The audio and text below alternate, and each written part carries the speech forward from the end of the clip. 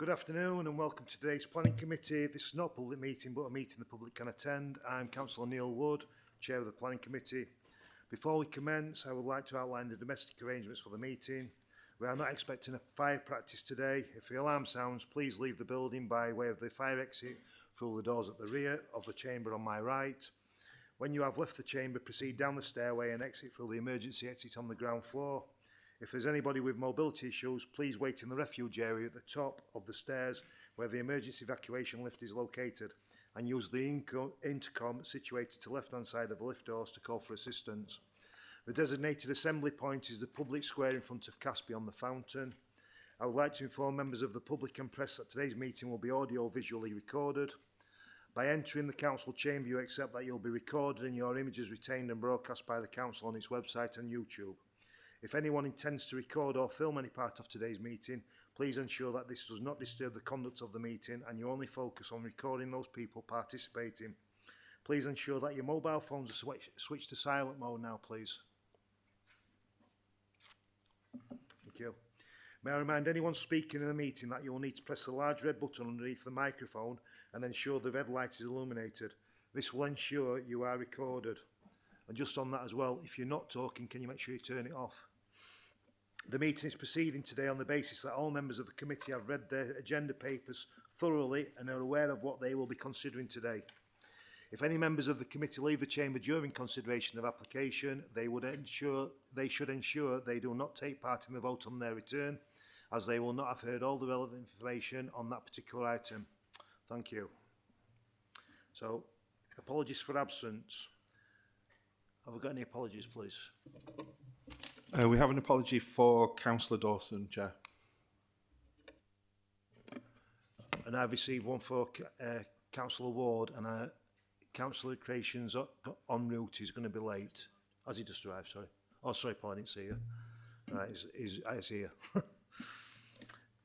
Right. Item 2, exclusion of the public and press. There are no exempt items on today's agenda. Item 3, declarations of interest. Does anyone wish to declare an interest in an item of business on today's agenda, please? Rob? Rob? Yeah, declaring an interest under the first application for decision.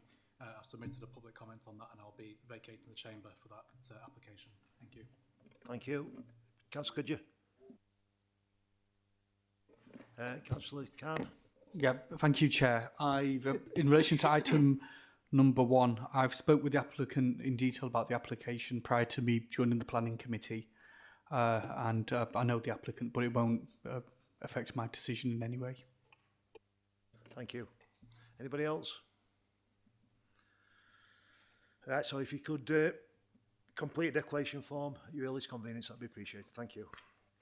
Item 4, minutes of the planning committee meeting held on the 10th of February 2026 and reconvened on 23rd of February 26. Can the minutes be moved as true and accurate record? Second? Thank you. So agreed, yeah? Excellent. Item 5, schedule of applications.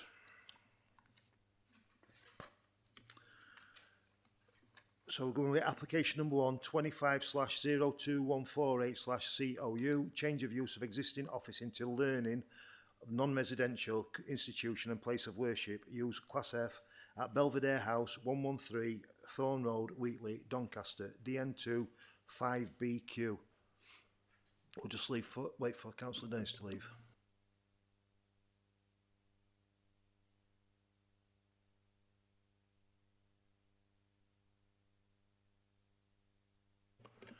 Thank you. We've received a request to speak from Mr. Andrew Thompson, a local resident. Sorry, Charles, do you want to just take us through it first? Thank you. Yep, thank you, Chair.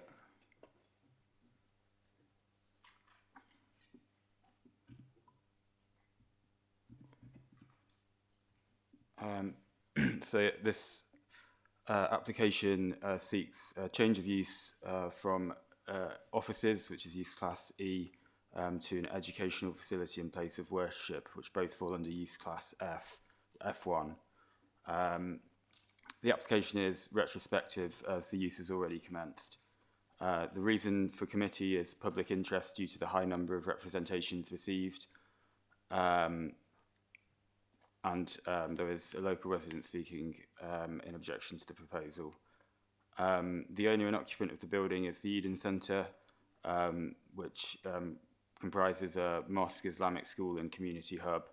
The design and access statement states that 6 staff are employed in connection with the use, and that educational classes run during the week for up to 50 pupils during the evening, and weekend classes for up to 20 pupils. There are regular prayer times throughout the week from Monday to Sunday, with the main Friday prayer around lunchtime on Fridays for 80 attendees.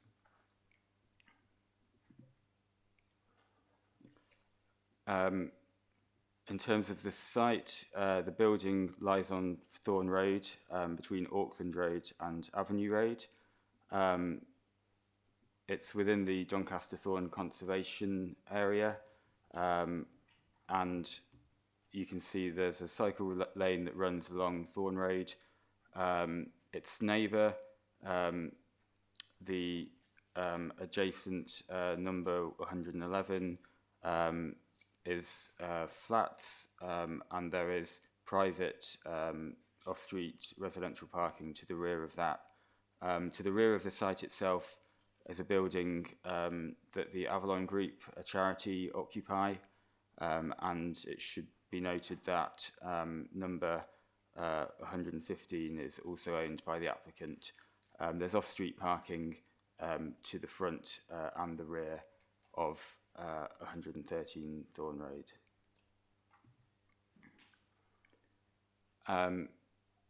So on the right of that photo, you can see 113 Thorn Road with its neighbour, 111 to the left.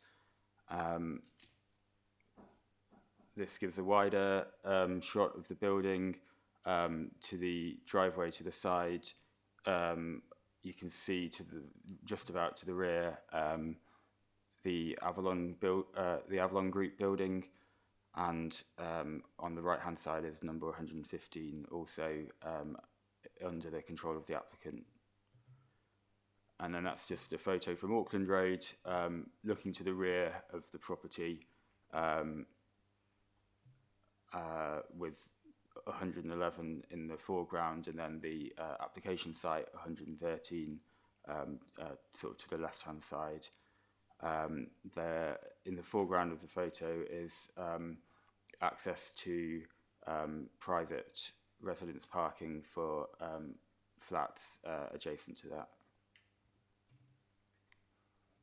that. In terms of the key considerations for the application, there's the principle of development, impact on residential amenity, the impact on the proposal on the character of the conservation area, highways safety and parking arrangements, and whether as a whole this is acceptable in the planning balance.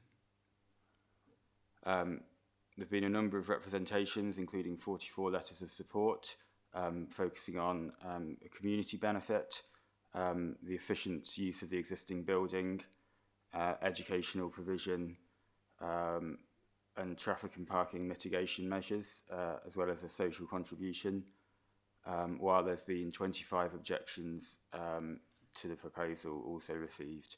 They have mentioned issues such as parking provision, the fact that there's no adequate on-site parking, highways safety and traffic, issues regarding illegal parking and other traffic issues, impact on residential amenity, in particular noise and access for existing residents, the over-intensification of the use, the accuracy of information submitted with multiple representations believing that the number of attendees may be more than is stated in the design and access statement, and fire safety concerns in terms of whether the building can accommodate the observed occupancy.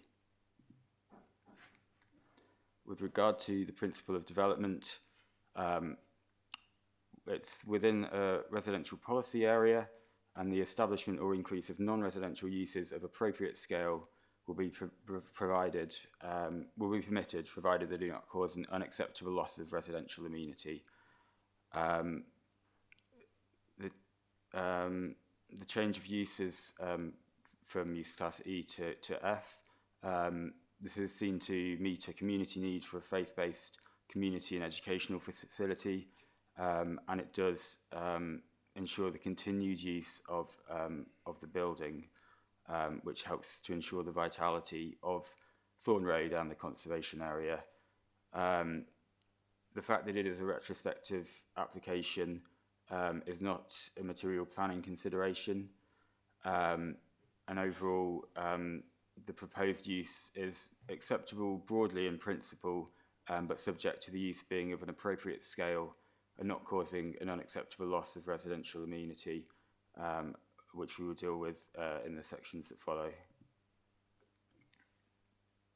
With regard to highway safety and parking, the design and access statement has indicated that there are 16 parking spaces on site. While there is some space for parking to the front and rear of the site, officers have requested that a scaled plan be submitted indicating the parking layout to verify the number and ensure that the standards meet nationally recognised standards for parking. This hasn't been provided, and the number is likely to be certainly less than 16 and likely less than 10, given that modern parking standards must be adhered to, not only in terms of allowing for modern vehicle sizes, but also to enable sufficient turning provision to ensure that vehicles can exit the site in a forward gear onto Thorn Road, which is a classified main road. The Avalon Group also, which sits to the rear, may also have a need for parking, which has not been mentioned within the design and access statement. It's outside the city centre and over 700 metres from the nearest car park, and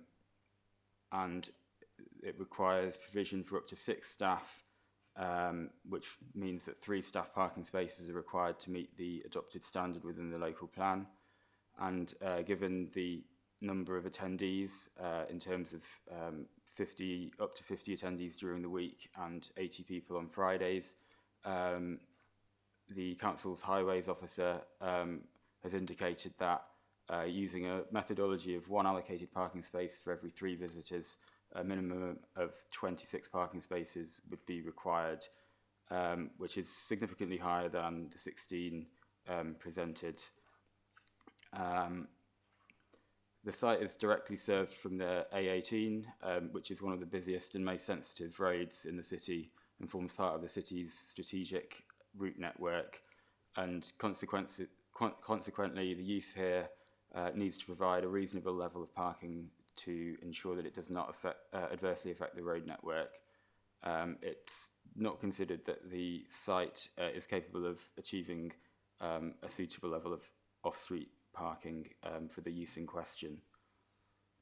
In terms of assessing the impact of the insufficient level of on-site parking, a site visit was conducted on a Friday during prayer time, which saw illegal parking in terms of parking on double yellows, the overuse of the curtilage of both 113 and 115 Thorn Road as an informal parking area, which overspilled onto highway land and also meant that vehicles exiting the site had to reverse onto the busy classified road, causing an unacceptable impact on highway safety.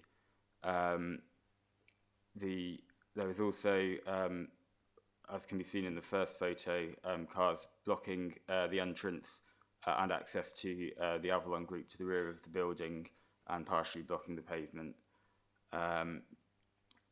There's also been reports from objections which have mentioned vehicles blocking the entrance to properties, and there are some examples of this in photographs in the appendix of the report. In summary, the parking available off-site is insufficient and in conflict with Local Plan Policy 13. When taken cumulatively, this causes multiple impacts on highway safety, which are considered unacceptable, and safe and suitable access cannot be achieved. With regard to residential amenity, there's no concerns regarding overlooking or privacy or fumes, smells or unsightliness, which are all mentioned as potential disturbances according to Local Plan Policy 10. The Environmental Health Officer of the Council has been consulted and stated that the use does have the potential to increase the amount of noise being experienced to adjoining residential occupiers, which could be managed via condition restricting the hours of opening and requiring the submission of a soundproofing scheme. With regard to traffic, in terms of the amenity impacts arising from the level of traffic, in addition to the highways impacts already identified, the lack of off-street parking has implications for the residential amenities of neighbouring properties as a result of the disturbance caused by high volumes of people visiting the site. Residents have been unable to park outside their properties, or in some cases been unable to access or egress their properties during certain periods. Whilst one-off or irregular occurrences can occur anywhere, the pattern and frequency which can be attributed to the use in question and being a consequence of the lack of off-street parking is considered to cause harm to residential amenity through disturbance. With regard to the character and appearance of the conservation area, it's a key unlisted building within the Thorn Road Conservation Area. There's no harm to the appearance of the building itself, although one element of the conservation area is the characteristic of having spacious frontages. Now, while the front garden of this property has been replaced with hard standing for many years, the large open frontage nevertheless still forms part of the character of the area. While it would be unreasonable to suggest that there would be no cars parked within this frontage arising from the previous office use, the number of cars regularly seen parked here to the point of overspilling on the public highway is considered to impact the character of the conservation area, and the less than substantial harm must be weighed against the public benefits, and in this instance, neutral weight is afforded to this. With regard to whether some of these matters could be mitigated by planning condition,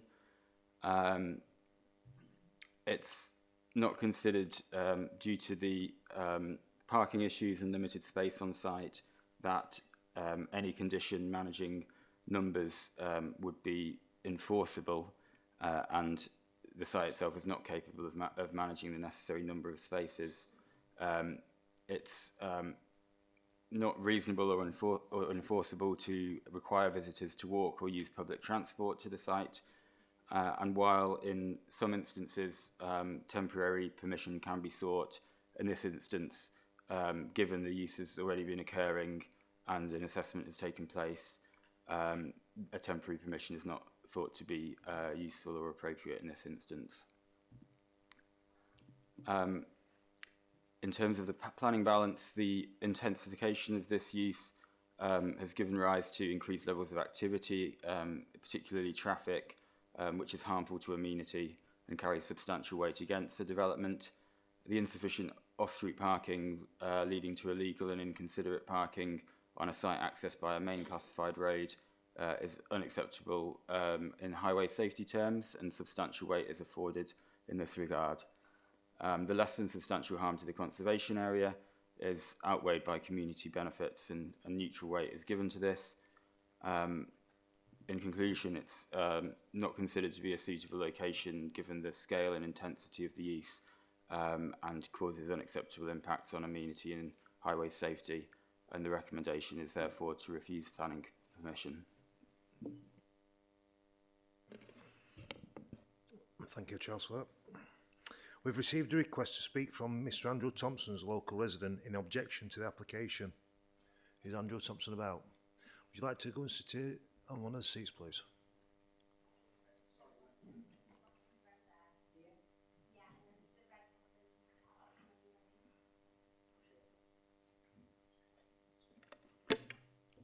Hello, I hope Hi. everybody can hear me. Sorry. If you'd just like to take a seat, Mr Thompson, while one of the members talks to Charles. Come on. Just a bit of clarification on the Monday to Thursday when it says up to 50 pupils. Is that over the 4 days?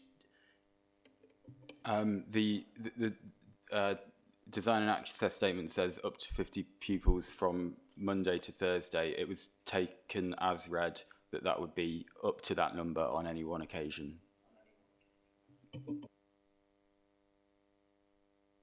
Does that answer your question, Bob? Yeah. Right, Mr Thompson, this is your opportunity to address the committee. Please press the large red button when you're ready to start, and when you finish you can press the large red button to turn it off. I'll give you a minute's notice when you're getting towards the end if you're running out of time. Okay, so we can start now. Thank you very much, and thank you for allowing me to address you this afternoon. I'm a resident who lives very close to the site of this proposed development, in fact, more or less directly across the road. And I want to start by saying that my objection has nothing to do with any cultural basis whatsoever. I would be objecting to this planning application whether it was for a mosque, a temple, a church, a chapel, or any other type of large-scale significant meeting place. What we are dealing with here on Thorne Road is a Victorian house, and I'd respectfully ask the Planning Committee to remember when they're considering this application that fundamentally this is a Victorian house. It's not entirely clear to me how it came to be commercial.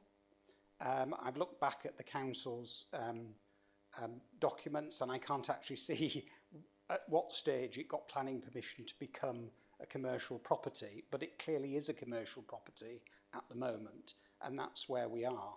What I would say is that using a private house essentially for running offices, which is what has happened in the past, is a very different matter from using that same house for large-scale meeting purposes.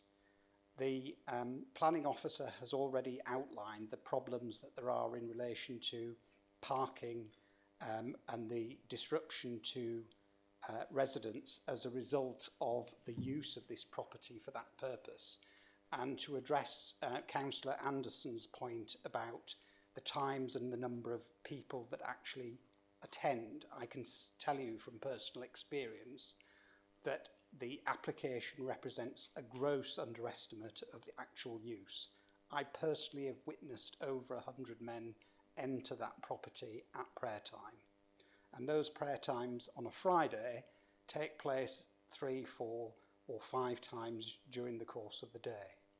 I'd like to say that when there are traffic problems, that these are dealt with courteously and respectfully. I'm afraid that that's simply not the case. Residents have had situations where they've been unable to get out to collect their children from nursery school because they've been blocked in. And unfortunately, the attitude of attendees at these premises seems to be that their use takes priority over that of residents in the area.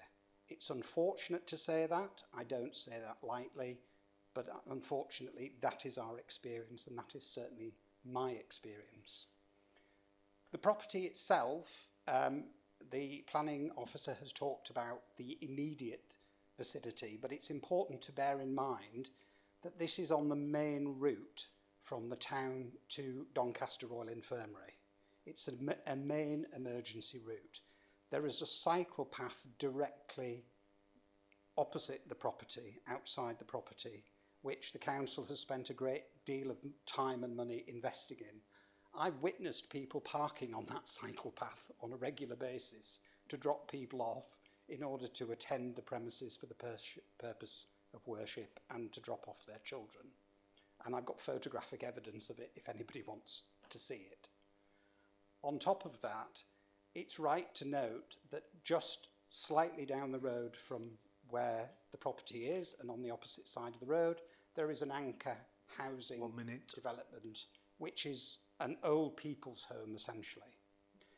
This is an area with a high proportion of elderly, vulnerable people, as well as people with young families who attend the nearby Townfield Primary School.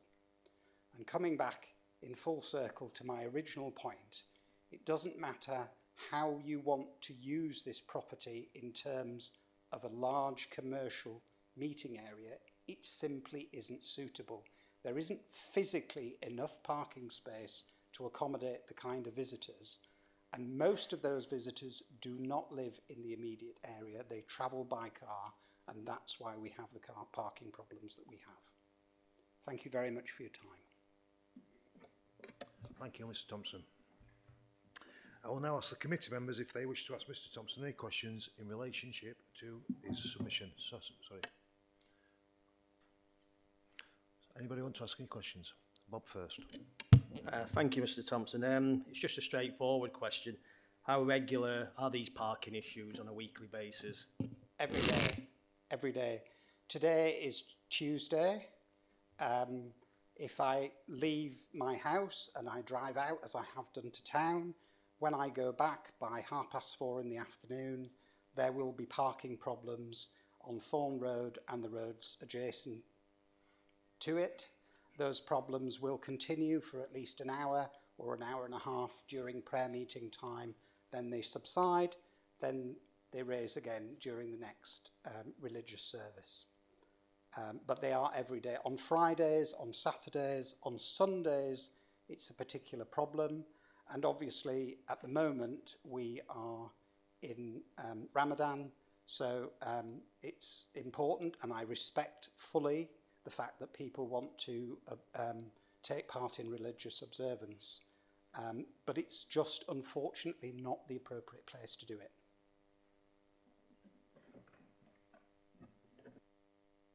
Anyone else? Majid. Thank you, Chair. Thank you for attending today to give your point of view. In relation to numbers of attendees, you say that there's regularly over on Fridays over 100 people 5 times a day. Not necessarily 100 people 5 times a day, but there are regularly over 18 attendees, and I've personally counted over 100 people on Fridays. The reason I've been able to do that is because my granddaughter's bedroom window directly overlooks the site, and I've been in a position to monitor it. I haven't taken any pleasure in doing so, but it has become such a problem in the area for me and my neighbours. We simply can't safely cross the road. Chair, can I?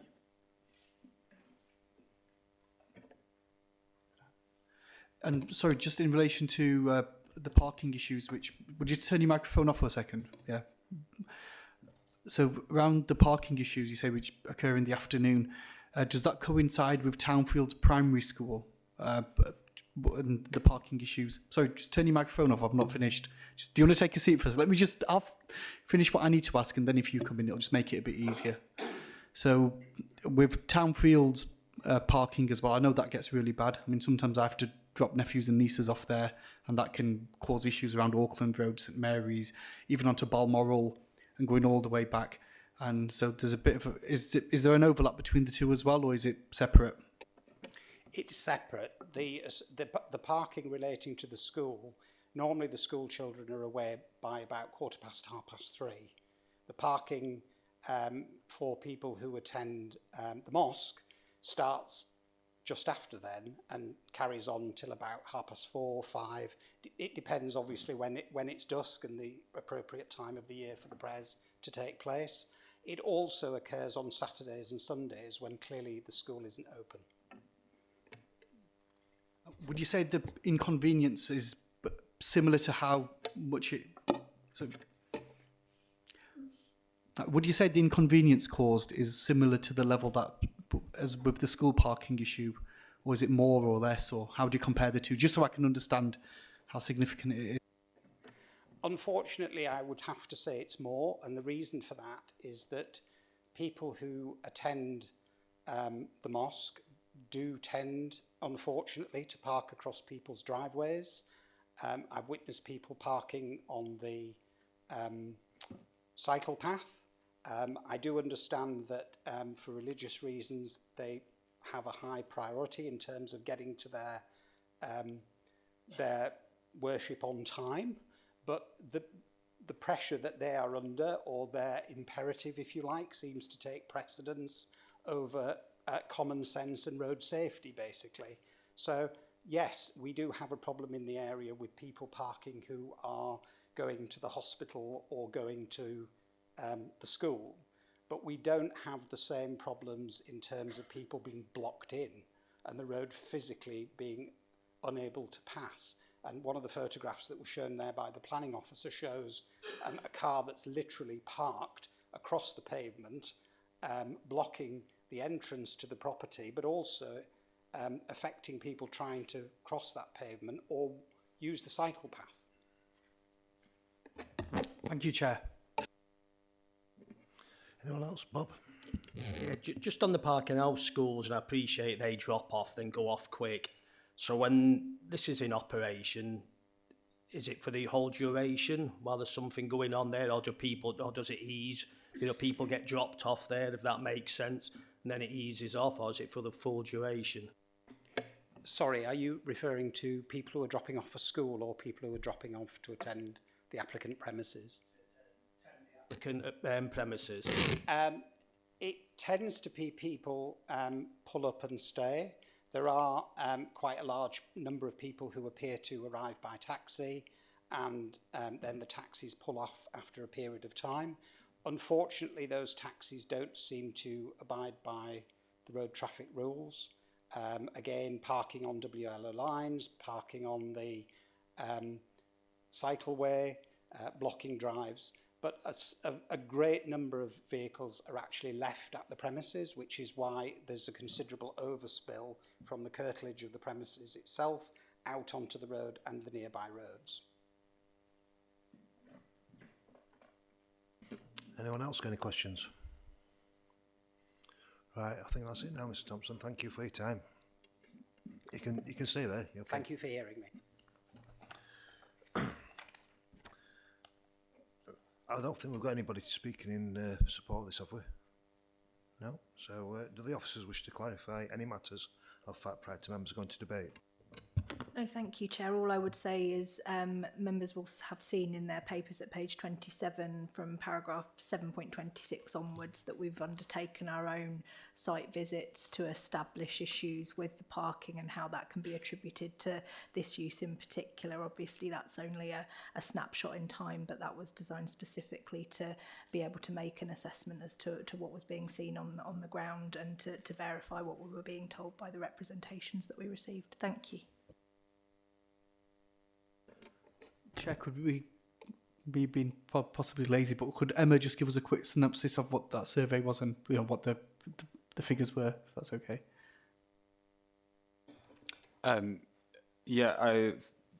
So following a number of the representations which objected, a couple of officers went down on a Friday lunchtime, and it was sort of witnessed in terms of the area prior to prayer times and then afterwards as well, both in terms of the sort of over-intensity in terms of the use of the curtilage of the property, which spilled out slightly onto the pavement, the parking on double yellow lines, which there were multiple occurrences of on both Auckland Road, which is the residential street closest to the site, and on Avenue Road, which is on the other side as well. That was what was witnessed in the site visit, and it was confirmed in terms of people leaving the site and coming back to their vehicles that that illegal parking was specifically in relation to the use of the site.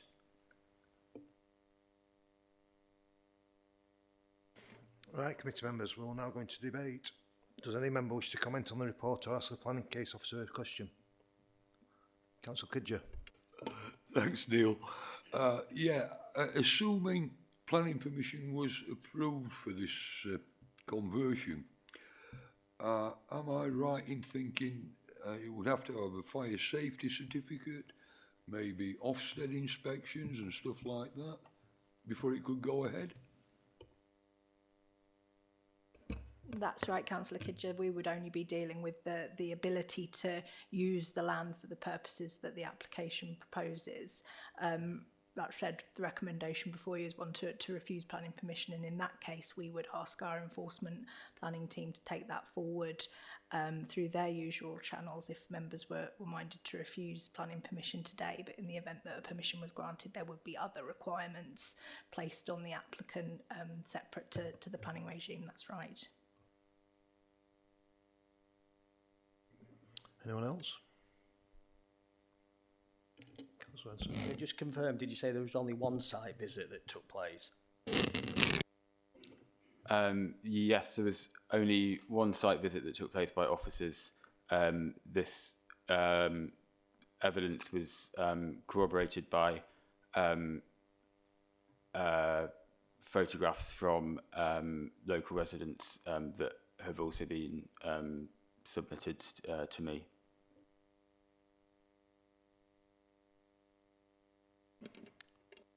Is there many complaints come in at all about the parking there? Do you receive many complaints?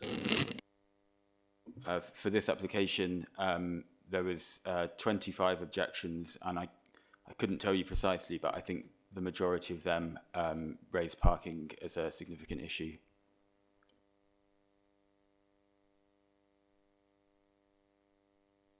Can I ask a question then? So, the official visit, was that the 12th of the 12th photographs, where it's all on the double yellow lines and right up to the corners of the road, yeah? Yep, that's correct. And then the two photos, the 16th and the 23rd, they're the residents' photographs. That's not actually site visit, it's just purely what's being fed into you from local residents. Yep, that's correct. Anyone else wants to add anything? Any other, Andy, have you got to say with highways? No, not really, other than the what Charles has actually alluded to within his synopsis, is that there is not enough space. We've witnessed illegal parking, and it is definitive in our opinion that there is never going to be enough room for the applicant to meet policy requirements of Appendix 6, which is the key principle here, as well as highway safety, which is being compromised. Thanks, Andy. Right, looks like we'll be going to vote then. Is there a proposal to refuse planning permission? Councillor Yorn, can you express why? Thank you, Chair. Due to the parking concerns mentioned by the officers. Thank you. Have we got anybody to second that proposal? Councillor Kidger. Right, I'll move to the vote. Please indicating by raising your hand if you're against this planning application.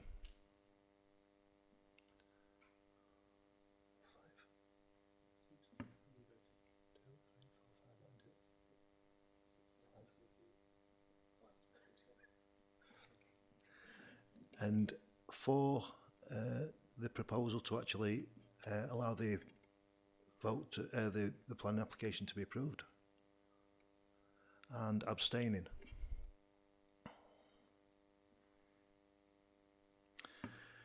So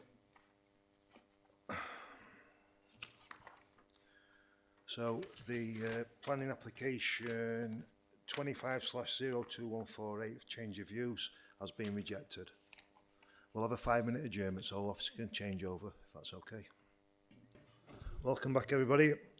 Application number 2, 25/02019, change of use from a residential dwelling use class C3 to a residential children's home use class C2 at 15 Hartland Crescent, Edenthorpe, Doncaster, DN3 2PQ. Owen Airing is the planning case officer.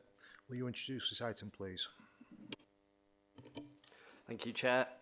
So this application seeks planning permission for the change of use of 15 Hartland Crescent in Edenthorpe from a residential dwelling to a residential children's home. The reason for this coming to committee is public interest with 12 representations in opposition. The proposed development would be occupied by up to 2 children between the ages of 7 and 18 years old, with a maximum of 2 care staff, including a manager, working at the property at any one time. The applicant has advised that managers and carers will both work in 12-hour shift patterns with changeovers staggered to seek to avoid any disruption. So as I said, 12 representations have been received in objection to the proposal. The main concerns the objectors raised included the level of traffic that would be generated by the proposal, lack of suitable parking to accommodate the proposed use, the level of noise and disturbances from the proposed use, adverse highway safety impact with specific concerns being raised about the access being near a bend, and the increased risk to antisocial behaviour and crime in the area from the proposed use. This is the site plan showing the application site outlined in red. The application site comprises of an existing 3-bedroom, 2-storey detached property located on Hartland Crescent. The surrounding area is characterised by detached and semi-detached dwellings within a predominantly residential environment. The site contains an existing driveway to the front and a garden area to the rear. This is the proposed floor plan, showing that the proposed use would have a total of 3 bedrooms, which would comprise of 2 bedrooms for children and 1 bedroom for the staff. The applicant has stated that there will always be 1 member of staff awake and responsible for maintaining order within the home. So, turning to the main considerations, the parking and highway impact has been assessed. The number of vehicle movements and parking demand for a residential children's home at this scale, including visitors, will be comparable to the existing use as a residential dwelling house. The driveway to the front can accommodate up to 3 cars. This provides sufficient parking to meet the standards for a children's residential home with 2 staff, as well as the expected number of visitors for a home of this scale. It is recognised that during staff handover periods, additional vehicles may accumulate at the property as staff prepare to end their shift and another member of staff arrives. However, this is a short crossover period and will only occur at very limited times over the 24-hour period, and there is sufficient off and on-street parking to manage this. The Council's Highway Development Control Team have been consulted and have raised no objections to the parking arrangement. Another concern raised is the impact of the use on residential amenity. Based on the number of children and staff at the property at any one time, the use would operate in a manner very similar to the existing dwelling house and would not give rise to increased levels of noise and disturbances. The number of changeovers for this level of staff would also not give rise to any unacceptable disturbances. The planning conditions will be imposed to limit the number of children who reside at the property and the number of staff who will work at the property at any one time. No significant concerns have been raised by the environmental health officer in terms of noise.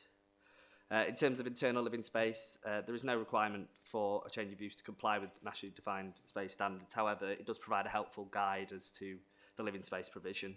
So the gross internal floor area of the dwelling meets the standards for a 4-person, 3-bedroom dwelling. Both children's bedrooms exceed the minimum bedroom floor space and width set out in the standards. The staff bedroom does fall short of the space standards, providing an area of approximately 3.7 metres squared and a width of 1.9 metres, but the applicant has demonstrated that the room could accommodate a single bed. And given this room will be used by staff who will not permanently reside at the residential property and is already in residential use, the space provision is considered acceptable in planning terms. The rear garden is approximately 158 square metres, which provides a suitable amount of private outdoor space for future residents. The number of occupants proposed will be comparable to the use as a residential dwelling house, and therefore no unacceptable overcrowding will occur. In terms of crime, both the vulnerability of the proposed use and the fear of crime associated with the use has been considered. The premises will be staffed at all times with at least 1 adult always awake, and this will ensure that there is a supervisory presence. South Yorkshire Police Architectural Liaison Officer has raised no objections but requests security measures to be implemented before occupation, and this can be secured by condition. They have identified that the surrounding area suffers from higher than average criminality, but specifically in relation to vehicle crime and burglary-related offences. However, this type of crime is not considered to pose an increased risk specifically to the operation and safety of the proposed children's home when compared to an existing dwelling house. Fear of crime can only legitimately be a material planning consideration where the nature of the use itself could be reasonably considered to be a genuine basis for such fear. With the implementation of the mitigation measures, one-to-one staff supervision and the secure nature of the site, there is no legitimate basis to suggest that the proposed use would increase the fear of crime in this area. So I've just provided some site photos to give you a context of the site and surrounding area. So this is the front of the property and the street context. And then this is, again, at the left photo, another photo of the street just around the bend. And then the rear garden space. This is the kitchen and dining area. This is the lounge, and then one of the children's bedrooms on the right. This is on the left another one of the children's bedrooms, and then on the right is the staff, or what will be converted into the staff bedroom. And then this photo is of the bathroom, or these photos of the bathroom. And then I also included the storage space as shown on the plan and the garage.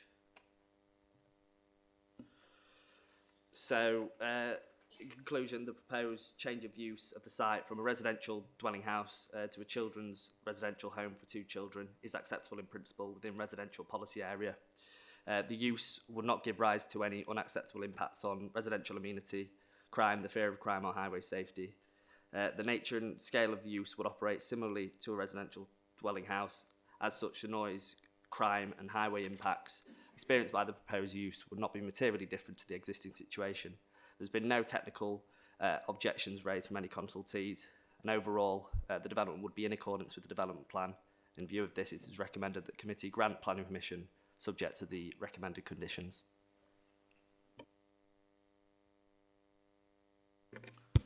Thank you, Anne. Committee members will now go into debate. Does any member wish to comment on the report or ask any planning case officers any questions? Steve? I don't know if you can answer this. Would this be predominantly for Doncaster kids? Yeah, I think it's been stated by the applicant it will be. Obviously, there's no provider for this one at this stage, so we have to look at this as a land use matter. Obviously, when the provider does come, hopefully they'll make contact with the children's services, and that's when they can try and arrange placements at a later date. But that's not for planning, unfortunately. Bob? I'm not sure if I heard you right, but did you say that an office is going to be converted into a bedroom? Did I hear that right? Yeah. Currently one of the rooms is like an office for a residential house. That's going to be used as a bedroom. There is another office shown on plan or other places within the site that can be obviously used as an office area. So you didn't show the office area though, did you? No. Yeah, no. So they've shown that on plan. It's within the garage area as the office. So that's how they've shown it. Does say office on the ground on the first floor, doesn't it? But it's actually going to be in the garage. Yeah, let me just.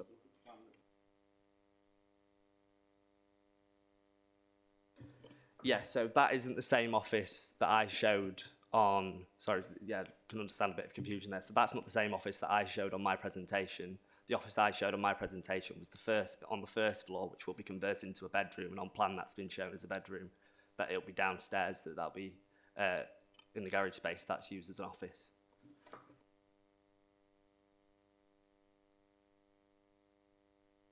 Steve? Yeah, can I just ask, on the existing ground floor and the proposed ground floor plan, there's what it says office, which appears to be accessed through the toilet. Is that right? Or is it a mistake? No, yeah, that's how they've shown it on plan. And I think this was something that was raised in the briefing as well. Obviously, in terms of access, through the toilet area, again, how that potentially impacts the welfare of the children, that will be looked at as well by Ofsted at a later stage. The internal arrangements can change without needing planning permission, so they can possibly change it to a different area, potentially the storeroom if they want closer access or something. But again, that's something that can change. It's not necessarily terminative in this case. Anyone else got any questions? All right then. Is there a proposal to grant planning permission? Rob? You want to second it on? Can we have a vote then, please, for grant planning permission? All those in favour?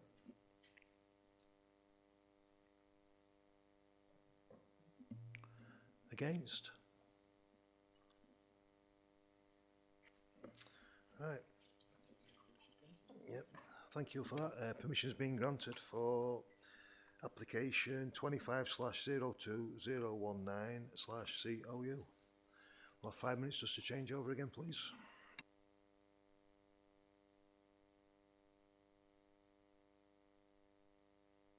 Right, we'll carry on because Owen's the next one as well. Is it same speech, Owen, or is it going to change? Right, next one's then application number 3, 25/02209/COU, change of use from dwelling house, use class 3 to children's care home, use class C2 at 27 Alman Road, Cantley, Doncaster, DM4 6PH. Over to you again, Owen. Thank you. So this application also seeks planning permission for a change of use from residential dwelling house to a residential children's home, this time to 27 Alman Road in Cantley. Again, the reason for this coming to committee is due to public interest, with 9 objections received.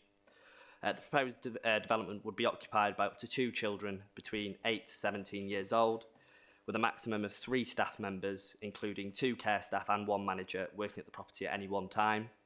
The carers will work in 12-hour shift patterns and change over between 7:15 and 7:30 in the morning, and between 7:15 and 7:30 in the evening. The registered manager will be present typically between 9:30 a.m. and 5 p.m. Monday to Friday. So 9 representations have been received in objection to the proposal. The main concerns are the level of noise and disturbances for the proposed use. The use would increase the risk of antisocial behaviour and crime in the area. Insufficient information provided about the use as part of the application.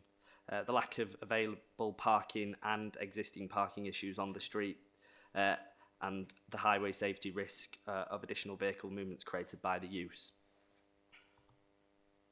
So this is the proposed floor plan.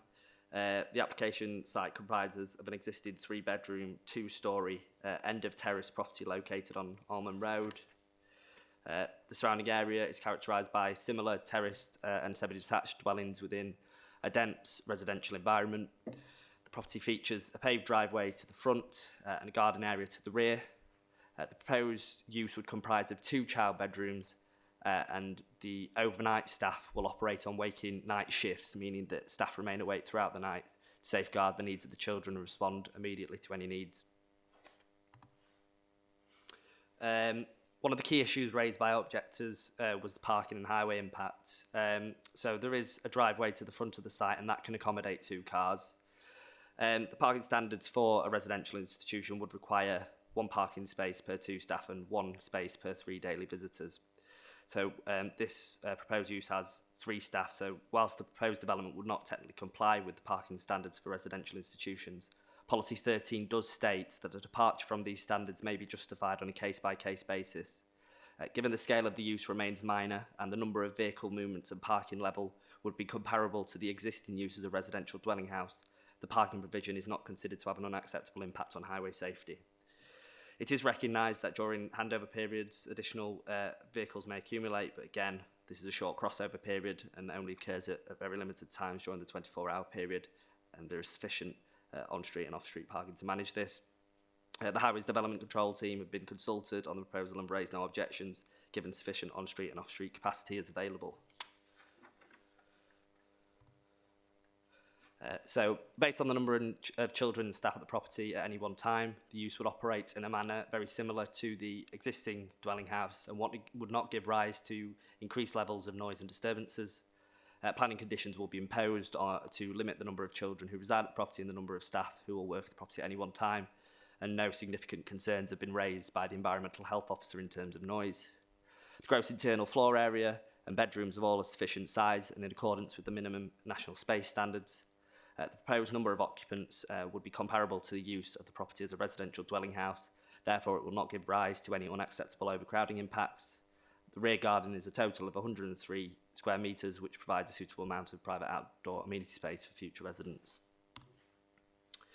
In terms of crime, again, both the vulnerability of the proposed use and the fear of a crime associated with the use has been considered. The premises will be staffed at all times on a one-to-one basis, and this will ensure there is a supervisory presence. The South Yorkshire Police Architectural Liaison Officer has raised no objections, but again requests security measures to be implemented before occupation. They have identified, again, that the surrounding area suffers from higher than average criminality, specifically in relation to vehicle crime. However, again, this type of crime is not considered to pose an increased risk specifically to the operation and safety of a children's home when compared to an existing residential dwelling house. With the implementation of the mitigation measures requested by the police, one-to-one staff supervision and the secure nature of the site, there is no legitimate basis to suggest that the proposed use would increase the fear of crime in this area. So again, I've provided site photos. So the one on the left, front of the house, and the one on the right is the garden area.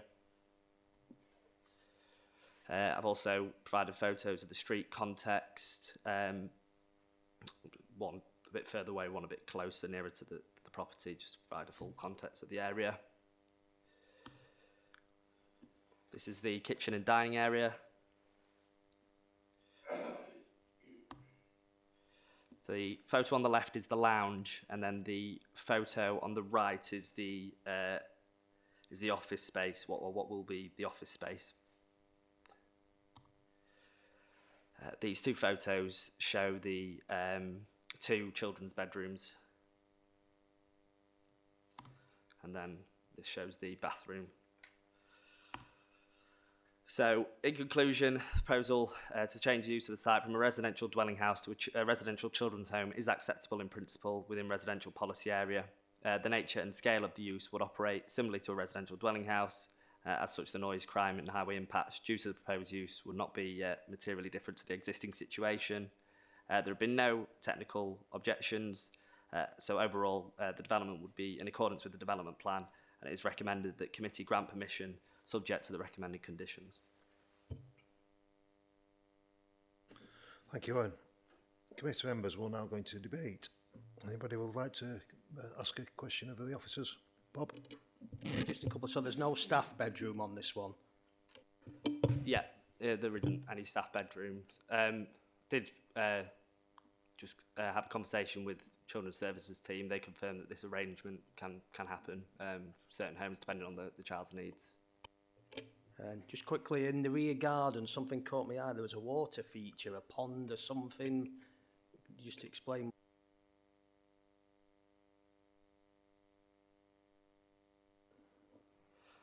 Yeah, it does appear to be some sort of water feature on site. That hasn't been shown on plan.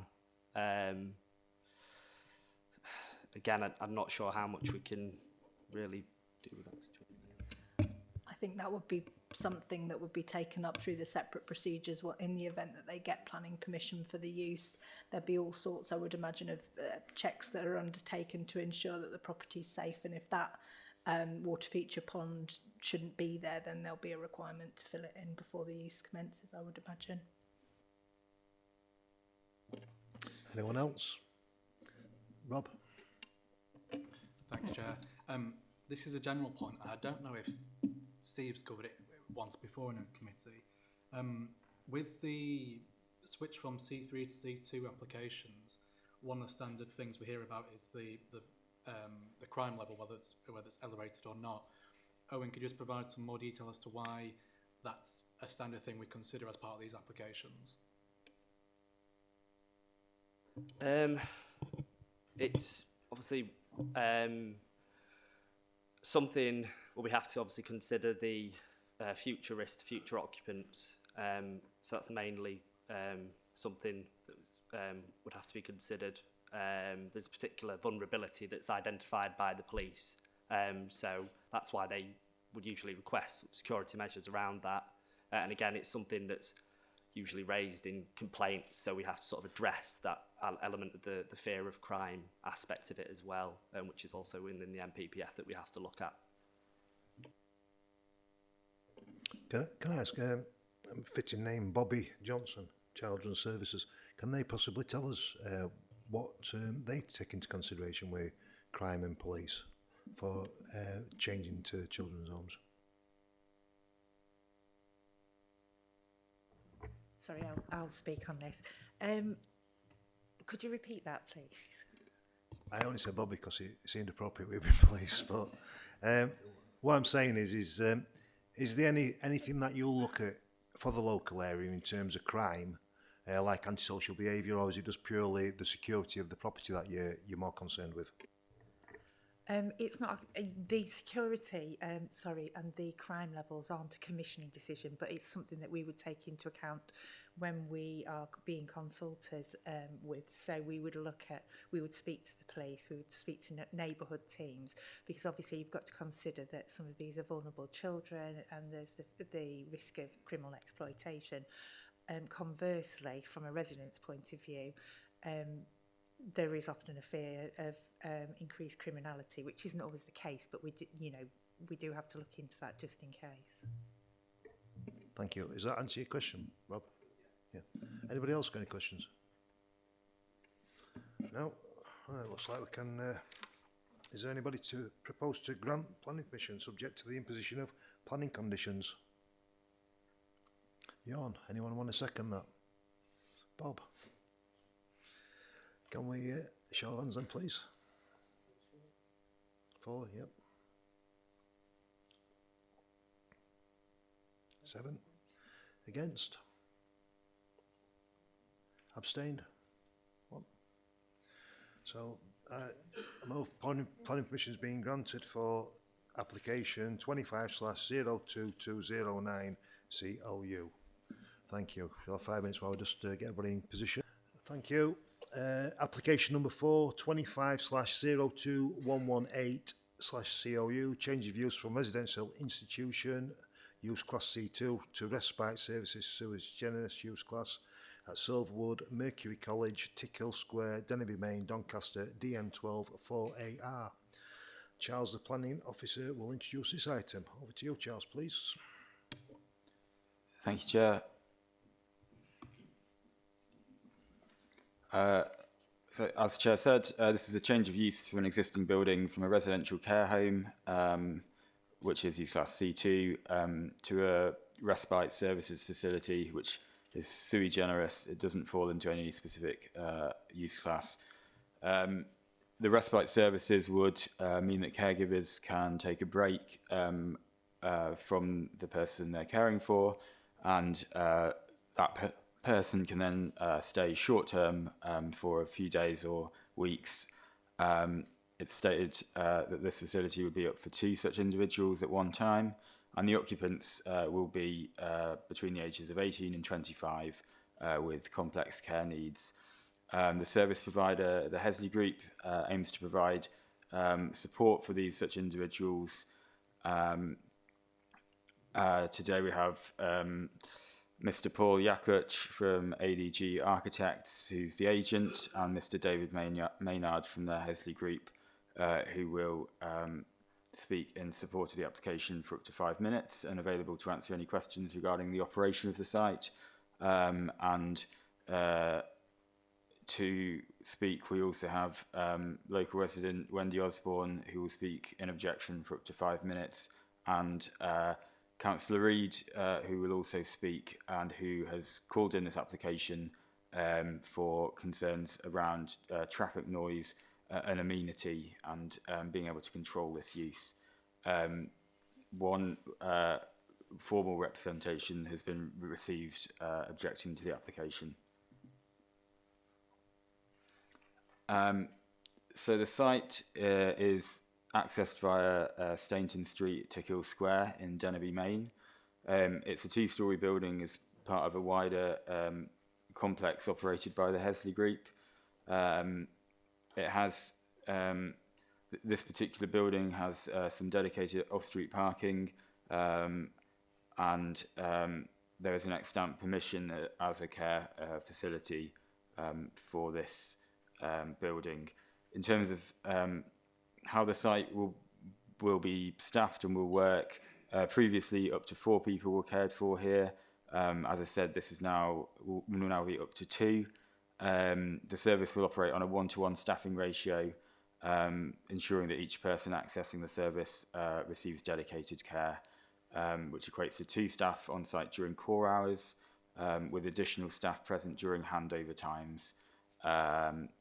So the term time operation of the site is weekday evenings from 3 p.m. to 9:30 the next morning, and weekend and school holidays have a 24-hour operation. In terms of the staffing shifts, there's a day shift from 7 till 3:30, an afternoon shift from 3 till 9:30, and a night shift from 9 till 7:30. So there's, for those 2 staff, there will usually be a half-an-hour handover period. And this is the building as seen from Mercury College. You can see the other side of it there, and that's the entrance to the facility from Stainton Street as well. In terms of the key considerations for the development, they are the principle of development, the impact on residential amenity, including the safety and security of the site, the impact on highway safety and parking standards, and whether this is acceptable in the overall planning balance. There's no external alterations or changes to room layouts from the existing. I believe that some areas in labelling was pointed out in the pre-committee. These were areas with the room labels, and the actual floor plans are accurate and will not change. You see there that there are 3 bedrooms. This has been confirmed by the applicant that that's to assist with changeovers, and that the facility is for a maximum of 2 occupants at any one time. In terms of representations, so Councillor Reid called in the application on the grounds of insufficient detail and no enforceable controls to demonstrate that the nature and intensity of the proposed use would remain comparable to the existing use, and insufficient evidence to demonstrate that residents' amenity would be protected. So those issues will be addressed in this presentation. It was also mentioned that a sui generis use would remove it from future planning control, but just to clarify, any change of use, even to another sui generis use or use outside of the regular use class order, would require additional planning permission. The application site falls within a residential policy area, and while the proposed use is sui generis, it's similar in scale and nature to the extant use as a care home, which such a use of appropriate scale is permitted provided it wouldn't cause an unacceptable loss of residential amenity. Therefore, the proposed use is acceptable in principle, subject to other concerns around amenity. The existing scale of the building and its separation distances mean that there are not considered to be any harm to the living conditions of immediate neighbours, and the intensity is comparable in terms of occupancy and staff with the existing or previous use. The proposed use is unlikely to differ significantly from the current use in terms of noise or traffic. The Environmental Health Officer has been consulted and did not raise any objections regarding noise or other amenity concerns.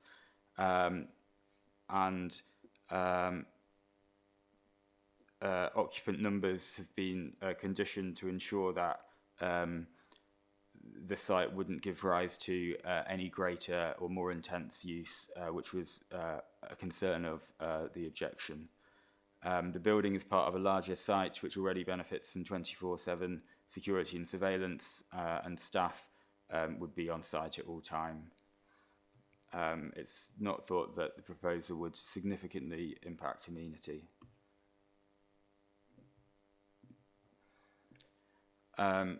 With regard to highway safety and parking, the MPPF states that development should only be refused on highways grounds if the residual and cumulative impacts on the road network would be severe. There have been 5 allocated parking spaces. On a one-to-one basis, that would be 2 staff ordinarily with additional staff at handover times. Based on the information that has been provided, the highways officer has confirmed that no material increase in traffic is anticipated from this use. There are bus stops within walking distance, and it is recommended a condition be imposed to any permission granted to ensure that the parking is retained for the sole use of the staff and visitors for the development. In conclusion, the proposal is considered in the context of the presumption in favour of sustainable development. It's a suitable location for the proposed use within the residential policy area, and substantial weight is given to the fact that the development is acceptable in principle. The impact on amenity would not be demonstrably harmful, as the nature and intensity of the proposed use would be similar to the extant permission. This is afforded substantial weight, and that security measures in place also minimise any safety risks, as well as the fact that staff will be on site at all times. The proposal includes existing provision for off-street parking, which will be utilised for this use, and the nature of the use would not give rise to any adverse impacts in terms of highway safety, and this is afforded substantial weight. The recommendation is to grant planning permission subject to conditions. Thanks. Thank you, Charles. We've received a request to speak from Wendy Osborne, who's resident in opposition. I recognise Wednesday. This is now your opportunity to address the committee for up to 5 minutes. Please press the large red button when you want to speak and press it again to mute your microphone. I'll give you a warning and wait a minute to go if you're going to overrun. Okay, over to you, Wendy. Thank you, Chair and Committee.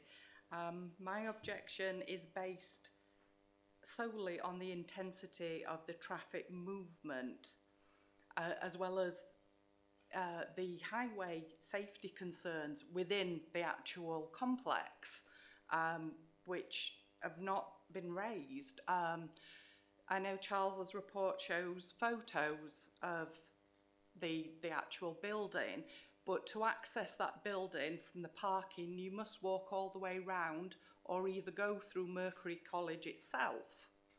That parking, those 5 spaces, there doesn't seem to be a great care taken to where they've been placed that far away from the building. There's also the entrance that they will use, but there's also another entrance close by those parking spaces, which is, there's not a one-way system, so there's traffic coming from either direction. Esley Group operate 8 minibuses. 4 have got the Mercury College signage on, 4 are just blank. they are parked there overnight in those spaces presently, which I understand, okay, you're going to be using these 5 spaces now for this development, but where do they go? Because the entire parking for this complex rests on, with plans already been established for the limes, and that was 31 spaces, so that's out of the window. There's 2 more areas from the site plan. There's the 5 spaces there, and there are also straight across from them there's 7 more spaces. These are directly in front of the entrance to Mercury College, and this is where all minibuses are coming in throughout the day and dropping students off. There's no walkway from there to go around to the building. The only other parking is at the side of the lodge, which is marked as Fullerton Lodge. It's on the west side. There's 12 spaces there. Now, I know representation for Esley Group have stated before that only 6 staff are based at the lodge, but the amount of traffic that flows through the lodge it's 24 hours. Their new working model under the CQC rather than Ofsted means that all staff that are in houses across the village must come to the lodge at the staff changeovers, the shift changeovers, so that's 3 times a day, every day. And there's at least 12 cars there. So in addition to the 8 minibuses, they have at least 2 company cars that are parked there overnight for, obviously, I'm assuming, emergencies wherever needed.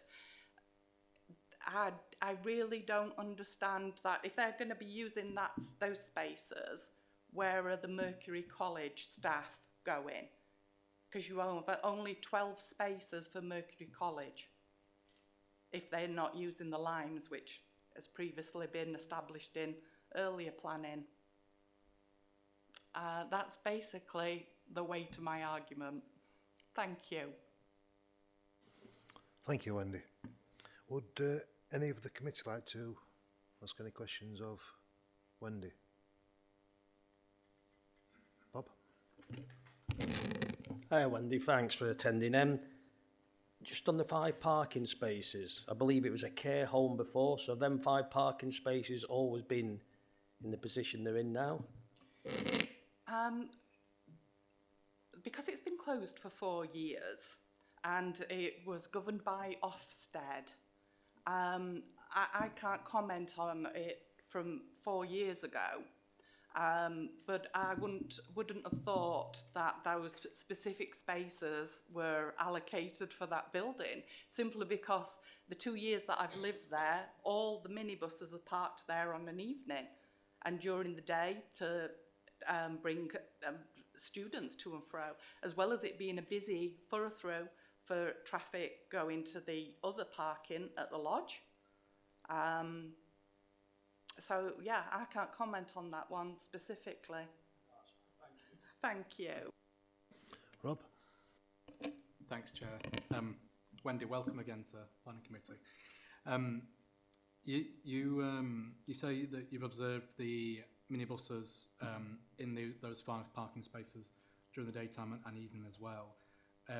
What's your observed level of how busy the other spaces are? You mentioned 7 in an area opposite these 5 spaces and 12 near the lodge as well. How busy do those car parking spaces get? All of them are full to capacity.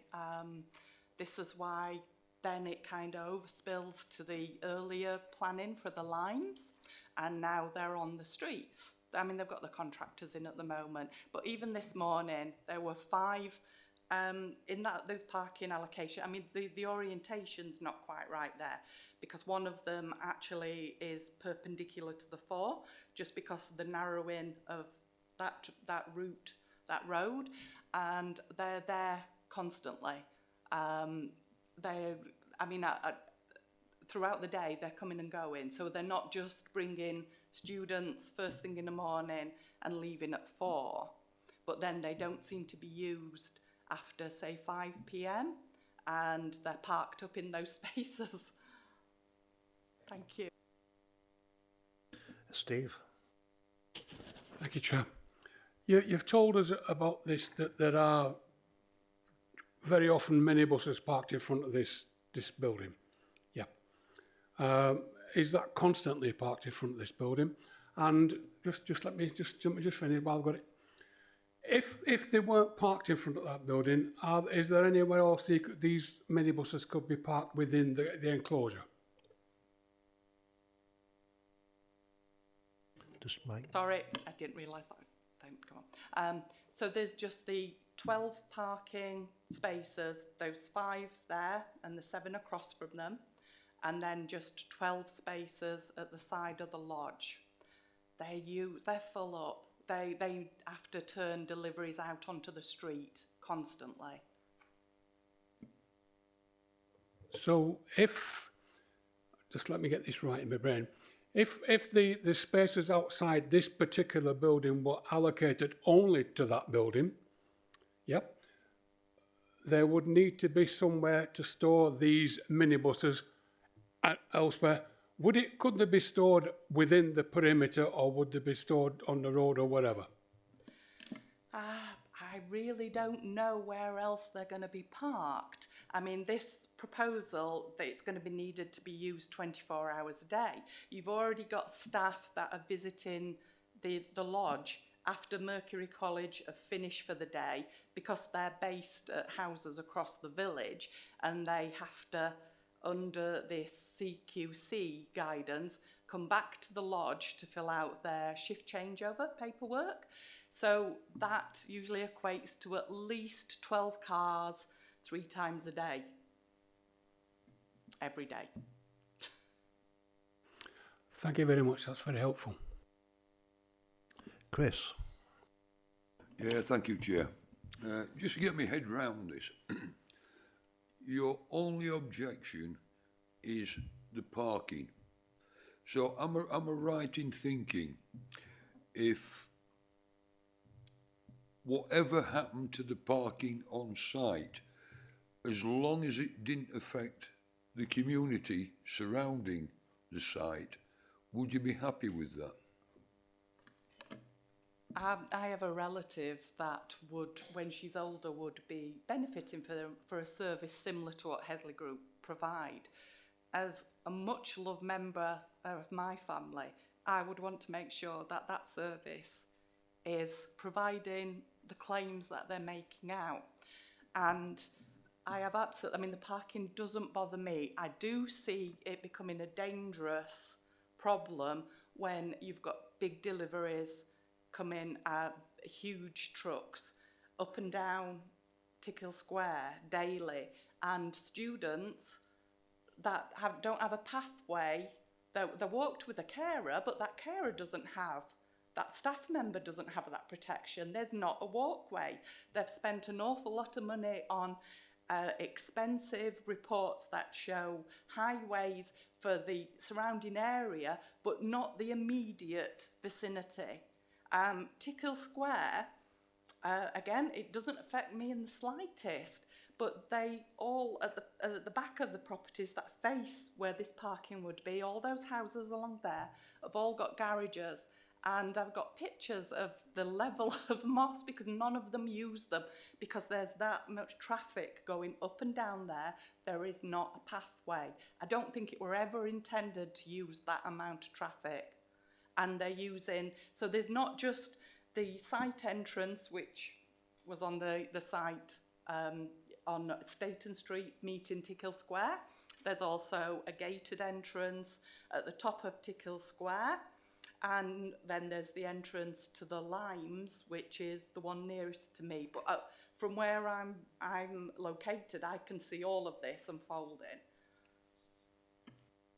Yeah, well, thank you. I'm just going to ask you another quick question. You're the local resident, you see all this. Is there a solution, and what would your solution be? That's a difficult one. Yeah, I do. I think Hesley Group have got some lovely people working for them. I mean, any problems that I've been over there, they are lovely, but nothing's resolved. And I am finding that other residents now are having the same problems. There's not just me, it's just there's a lack, because there's not a counsellor's surgery in Denby Main at the moment. I don't think there's other people going to find a solution to sort this out. Rachel's been brilliant, as in the first thing she did was come out and look at this location and ask to be walked entirely around it. She didn't ask me any questions, she observed. She came out at a different time of day just to see if that level in intensity was still present at a different time, which it was. It's a great service. It's something that we all need to look after our most vulnerable. It's just very frustrating when I don't, what I see it as, those 5 allocated parking spots, why have you chosen them there? There's nothing, there obviously isn't anything nearer, but you're also taking away from a service which impacts your own staff, because they bear the brunt of this. They have to be there while there's lots of these deliveries, while there's no parking, and then hearing it from other residents, because they don't affect me. The noise is the problem for me. That's my sole problem that I have with Esley Group. That's not been resolved. But yeah, we do need to find a solution, because it's such a valuable service. It should be brilliant. Thank you. Any more members wish to ask any questions? No? Thank you, Andy. We've received a request to speak from Councillor Rachel Reid, who's the ward member in opposition for this application. This is now your opportunity to address the committee. Please press the large red button when you want to speak and press again to mute the microphone when you've concluded your submission. Over to you, Rachel. Thank you, Chair. So I did request this application to be brought to committee because I do believe there remain important planning issues that require further scrutiny before permission is granted. The officer report relies significantly on the submitted management plan to justify that the nature and intensity of the proposed use will remain comparable to the previous residential care home use. However, the management plan itself does not appear to be secured by planning condition or legal agreement. Without this, the operational arrangements described within it, including staffing levels, visitor arrangements, shift patterns and day-to-day management, are not enforceable through the planning system. This is important because the conclusions in the report regarding traffic movements, staffing levels and general activity appear to rely heavily on those operational details. In addition, the management plan refers to 5 parking spaces being available to support the operation of the service. However, in practice, these spaces are consistently occupied by Hesley Group vehicles or staff parking. This raises further questions about how visitor parking or additional staff presence during shift handovers would realistically be accommodated. This raises concern that parking demand may exceed what is shown within the application, particularly during staff shift changes and visitor periods. I would also note that the photographs provided within the application do not give a true or representative picture of the parking pressures experienced in the area on a day-to-day basis. The proposal involves a change of use from a defined use Class C2 residential institution to a sui generis use for respite services. Moving to a sui generis classification removes the development from the established planning use class framework.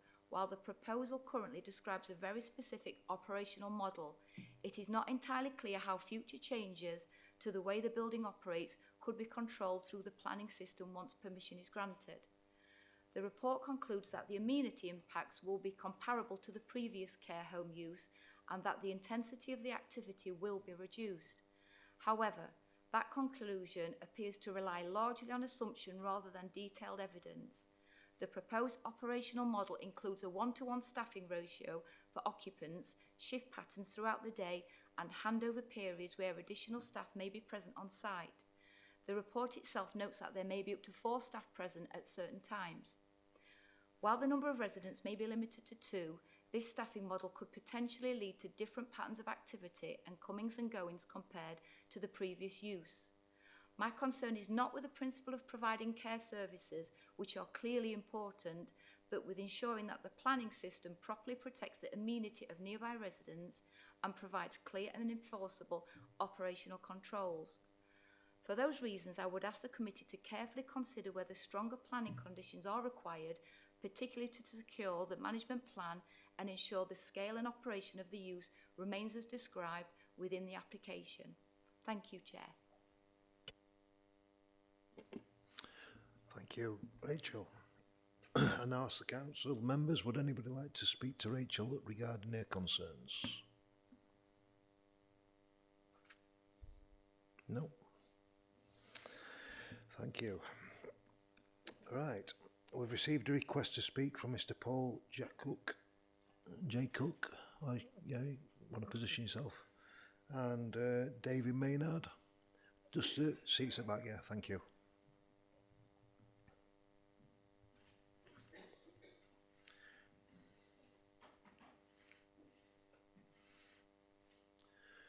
Thank you. This is your opportunity to address the committee for up to 5 minutes collectively. Please press the large red button when you want to speak and press again to mute the microphone when you want to finish. I'll give you 1 minute warning when you're going to be running out of time. Over to you guys. Thank you, Chair, and members of the committee, thank you for the opportunity to speak today. This application seeks permission to change of use part of Silverwood building within Mercury College campus to provide a small specialist respite service supporting a maximum of 2 individuals at any one time. Importantly, the proposal does not involve any extensions, alterations or physical development to the building. The application simply allows a small part of the existing building to be used as a planned short-term respite support. The individuals who will use this service are students who already attend Mercury College during the day. The respite provision will only primarily work or operate during evenings, weekends and college holiday periods. Because those individuals already attend the campus during the day, the proposal does not introduce any additional daytime activity to the site. The respite service therefore forms a small and integrated part of the existing specialist education campus, rather than introducing a new standalone residential use into the area. From a planning perspective, there are several important items to be identified or to help the proposal. First, scale and use is extremely limited, supported a maximum of 2 individuals at any one time. Secondly, the building previously operated as a residential care home, accommodating up to 4 residents, meaning the proposal is actually representing a reduction in potential residential intensity associated with the building.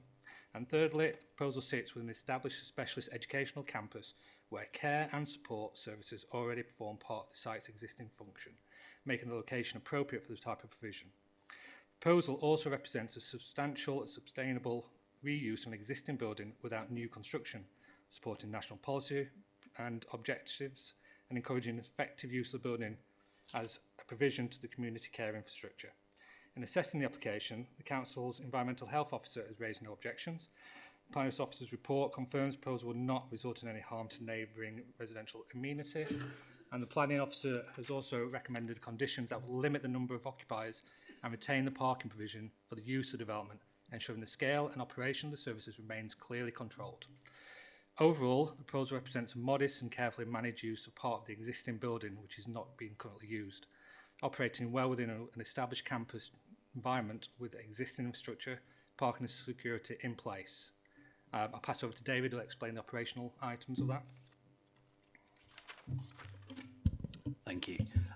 The respite service has been designed to operate in a structured and carefully managed way, supporting a maximum of 2 individuals aged 18 to 25 at any one time. Each individual receives one-to-one specialist care support, ensuring that care is personalised and delivered with a calm and structured environment suitable for young adults with learning disabilities, autism and complex needs. The service operates primarily outside the college day, providing support during weekday evenings, weekends and college holiday periods. Importantly, the service operates a planned respite basis rather than any emergency placements, with stays arranged in advance with families and local authorities, so the service remains predictable and carefully managed. Students typically receive up to 6 weeks of respite support each year, delivered through a series of shorter stays, allowing families to receive regular support while individuals remain closely connected to their home environment. Staff supporting the service are trained in autism support, positive behaviour support, communication and sensory support, ensuring the environment remains calm, structured and appropriate for individuals with complex care needs. Parking and access are accommodated within existing Mercury College campus parking areas where allocated spaces already support the service. Because the service supports only 2 individuals, vehicle movements remain extremely limited. Students accessing respite already attend Mercury College as day students and therefore typically travel using the same existing transport arrangements already in place for their education. Where transport is required, existing Mercury College vehicles are used, meaning there is no increase in transport activity or additional vehicles operating from the site. The building also forms part of the wider campus that benefits from 24-hour staffing and security, providing a safe and well-managed environment for both residents and neighbours. Overall, the proposal provides a small, specialist and carefully managed respite environment within a familiar setting for students already attending Mercury College. In practical terms, it's very small and controlled service supporting only 2 individuals at any one time within an established campus using existing buildings, parking and transport arrangements while providing essential respite support for young adults with complex needs and their families. Thank you. Thank you for that. Would any of the committee members like to ask the Councillor Dennis? Thank you, Chair. Welcome again to the Planning Committee. Nice to see you again. Do you want to give a bit more information about the parking situation on site? The 5 spaces, the 7 opposite, the 12 near the lodge, how they're currently used and how those spaces will be used if this gets passed. So at the moment, the numbers weren't correct in terms of what sits within the Mercury College boundaries. So I took the limes and everything that we spoke about last time is very, very separate to this. There are actually 33 spaces within the Mercury College gated area, and as said, there are 5 spaces that are allocated for the respite service. And yes, there are vehicles that are parked there at the moment, but they are the vehicles that will still be used for the people within the respite. So at the moment, there is day students, day staff working and using those car park spaces within the confinements of that area. Clearly, with the respite service, in the evenings, people will be leaving to go home apart from the respite staff. So yeah, the only changeover will be that period of time at the end of the day, and obviously weekends as well. Staff for the college won't be there at all. So the 5 spaces for the respite service will remain those spaces. Does that make sense? Not particularly. Okay. Okay. The resident mentioned that there were 8 minibuses that Hesley used that are on site. If some of those vehicles can be used for resident transport, so if it's 2 residents at any one time, then you can say that of those 5 spaces, 2 of those spaces will be used by minibuses. Where will those other minibuses go, and how will they be managed with the other staff that are on site as well? In terms of the total number of minibuses, I don't know which ones we're particularly talking about here, whether these ones that are parked in the limes or the lodge or wherever else. I mean, clearly throughout the day, there are those Mercury College buses that are parked there and used, and maybe some other minibuses, but I don't think they really sit within the Mercury College boundaries. They sit again within the limes and the lodge car parks. We're talking about 2 separate entities here. Mercury College is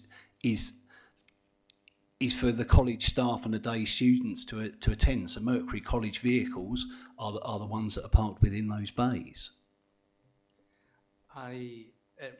The residence property directly overlooks both the Limes car park, and I'd assume there's no physical boundary stopping them from overlooking into these 5 parking spaces either. Yeah, that's round the back of. So you've got the so you come into the Limes car park and where our neighbour is. You've got the lodge building there.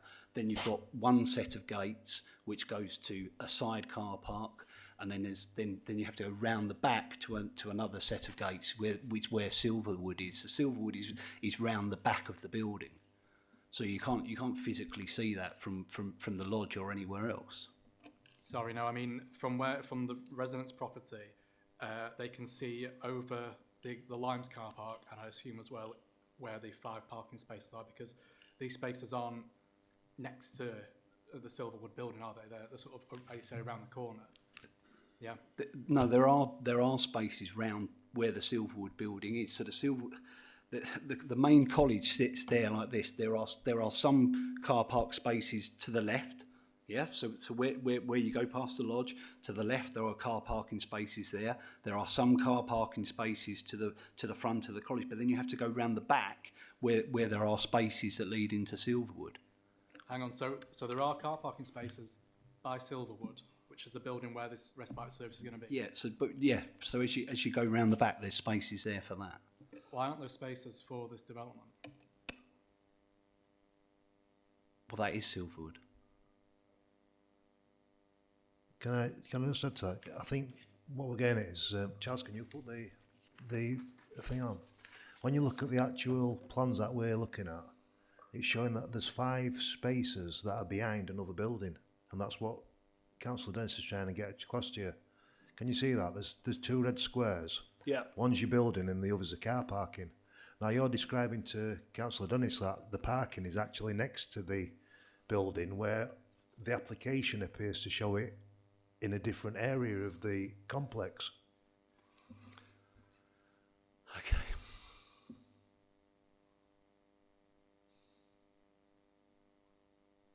So the red building round the back there, yeah, the site. So where it is, there are. I mean, all right, on this map, and I apologise. They've said this, the particular ones for here are dedicated to that, but there are parking spaces and drop-off areas round. You see where that corner bit is towards the back of the Silverwood building.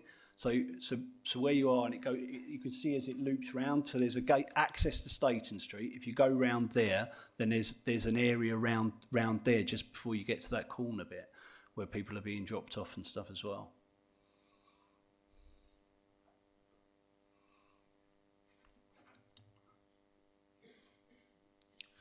But those spaces they've dedicated. I mean, either way, there are 33 spaces within the confines, which clearly aren't well marked on that map, which doesn't really help this particularly, because clearly they're to the left of where you are saying the dedicated spaces. There's a whole load of spaces there as well. So it's not been marked well on there, but there are 33 spaces within the confines of that Mercury College site. Did this boundary map originate from Hesley Group? If I can... I can't comment. Just wait. The officer to speak. Are you speaking, Charles, or do you want to...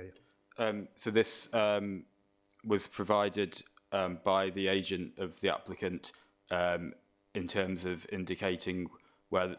It was unannotated, but the version that was provided showed the building outlined in red and the 5 parking spaces where they are outlined in red, and accompanying that in the design and access statement was the information that these 5 spaces outlined in red were dedicated for this use. So I'm putting it to you now, these 5 spaces, in condition for the planning condition, is that these 5 spaces are to be used solely for the people, the residents, visitors and occupiers of Silverwood House for the respite care.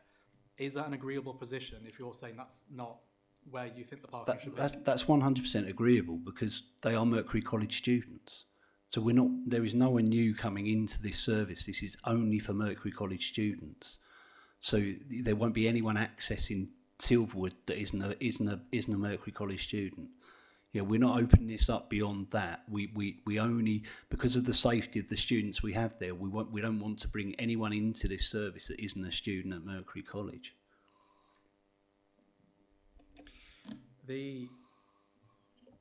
So if we're talking the red line boundary of Silverwood House, that is, in this terms, the development, not Mercury College. So at any one point, if there's 2 students from Mercury College attending that, the vehicles that they're using or the going to and from the site, they should then be parked in these 5 spaces here. That's what the condition says that you'd be signing up to if this was granted. Absolutely. I'm going to take a pause there, Chair, allow other members to come in. Chris, did you want to add to that? Steve, were you? No. I think one of the things that's a bit confusing is that the person in opposition, Wendy, has pointed out that the parking is one of the key elements to her objection. It's not the service you provide, it's this parking. And for what I understand of it, the objection was also about the fact that there's lorries and transport that makes it unsafe for people who are walking around the site. So it's easy to say, yeah, we're okay with this, but we need to understand what Wendy said in opposition to it, how you're going to make sure that this doesn't actually happen. I understand there's been a lot of work going on, as we talked about last time. There's a lot of building work going on, and there has been a lot of coming goings. And unfortunately for Wendy, there continues to be a lot going on outside of the Mercury College boundaries and stuff at the moment. Clearly, we've had all our usual risk assessments and everything in place. The safety of the young people we support is absolutely paramount. So we wouldn't put anyone that we support at risk, any of our colleagues that work for us at risk in any shape or form. Those risk assessments were constantly being reviewed and updated.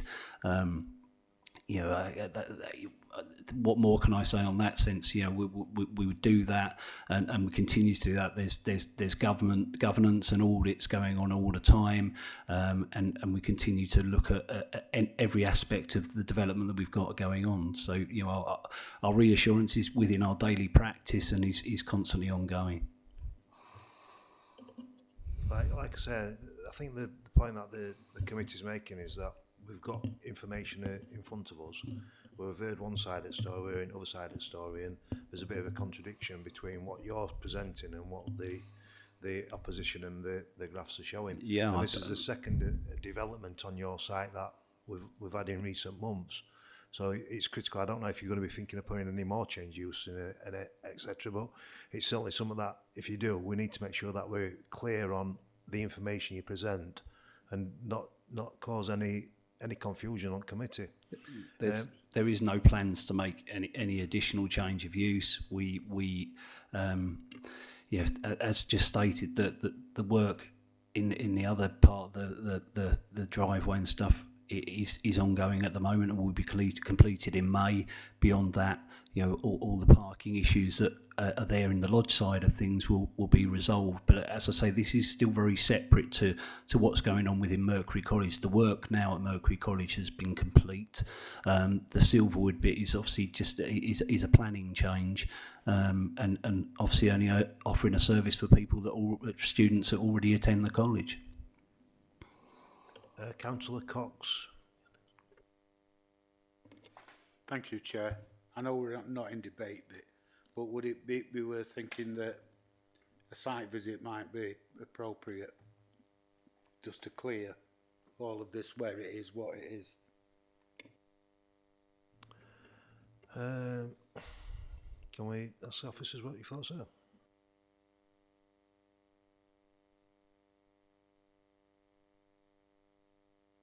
We'll park that for now, Steve, and just your voice has been noted. Emma might be able to clear some stuff up when we come to officers. Jorn, would you like to say anything? Thank you, Chair. Yeah, in regards to the parking spaces, as we can see on the map, the 5 allocated parking spaces are quite far away from the main building.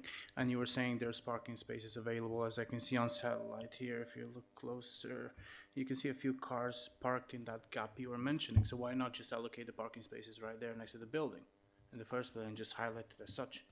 Because it's much easier to basically isolate them from being used by the Mercury College staff and so on. And you were mentioning the minivans that they are parked in what was it called again? The other parking space from the other application that we had when we saw you last. At that point, you were saying that those parking spaces will not be used by the Mercury College. So are they not used by the Mercury College? Because clearly those minivans are Mercury College, and those people housed in this new building will be Mercury College students. So are they not being used by the Mercury College? And therefore, do we need to review the other planning application, as clearly it's impacting? It's overspilling over both these planning applications. Also, in regards to the sui generis use. How long before we can expect that building to be turned into a scrapyard or, I don't know, storage facility of some sort? Why not just give it the proper classification so it remains as a residential, within a residential classification? Thank you. Those 3 questions. Yeah, I mean, in the past, they were children's services to support children, and it was a school. We are no longer an organisation that support children, so we are an adults-only care organisation. So part of our business plan is very clearly just to continue to develop services for adults only. Hence why we've needed to change the planning for that particular service. Unless you don't. So just leave it on C2 then. There's no point in changing it to sui generis. I'm not sure I understand the point. We are an adults-only provider. We don't look after children. You know, it's a very clear decision that was made by the organisation, and has been the case for the last 5 years. I totally understand, yes, but any organisation can change its priorities, change its structure, change its focus, and if we are to reclassify this building from a residential institution as a C2 to sui generis, then basically you can do pretty much whatever you want with that building. But it's within an adult college. You couldn't have a children's home within an adult college. It just wouldn't be appropriate. It could be something else. Just on that, officers will clear that up for us.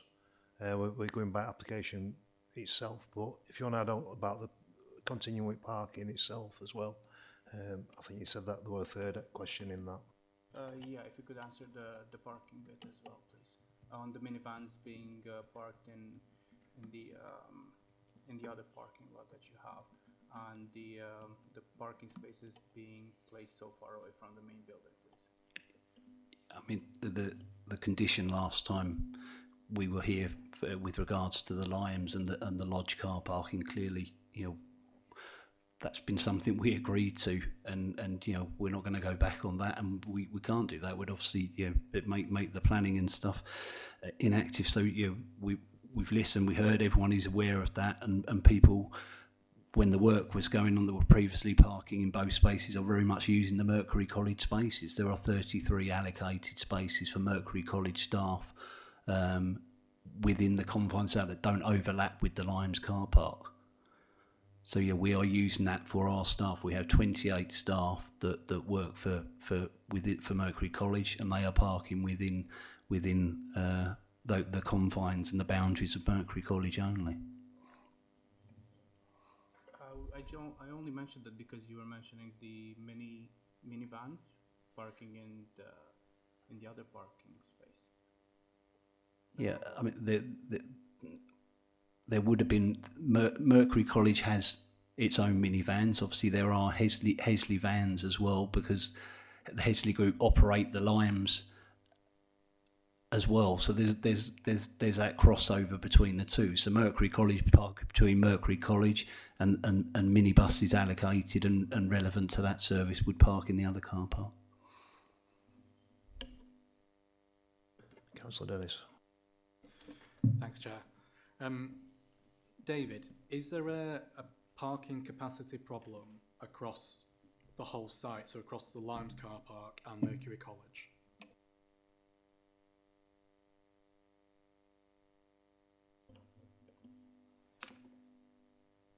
When all those spaces are active, there isn't an issue. I accept there has been an issue with the development and the building development going on, and that was the issue last time.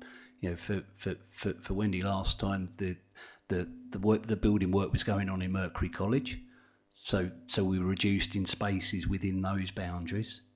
Now there's building work going on in the other car park, which has reduced some spaces and stuff there. So that, yes, I accept that has caused some spillover in that time. But once the work finished in May, in the first car park, sorry, it gets really confusing. Then the car parking issues will be resolved. There will be enough allocated spaces for our staff for both Mercury College and those that are going into the lodge building. Okay, I'll take you on your word on that one. And then going back to the red-lined parking spaces, before you presented the application today, were you under the impression that the 5 spaces as part of the application were those ones next to the Silverwood building? In fairness, I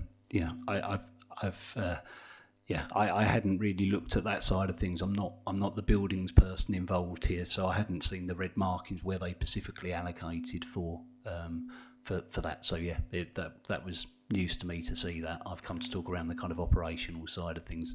If there was a better drawing that showed us some more detailed stuff, I'd be able to talk through. I can point you where all the different car parking spaces are, but in essence, where they are is still within the confines of Mercury College, and there are 33 spaces within those confines. Okay, thank you. Yours next. Thank you. Last one. Thank you, Chair. Yeah, could we possibly just modify that and put those parking spaces next to the building in the project as well? I think that's one we've already covered. The officers are going to clarify exactly what the situation is with parking as it stands. Glenn, next. Yeah, hang on, mate. We mentioned these parking spaces. Were it 26 or 36? 33, sorry. Yeah, well, as you know, you said most of these vans that people drive around are probably more than half times as big as a car. So one van will take up, some of these vans will take up nearly 2 parking spaces. Has that been considered? Doesn't take many vans, does it, to cover it?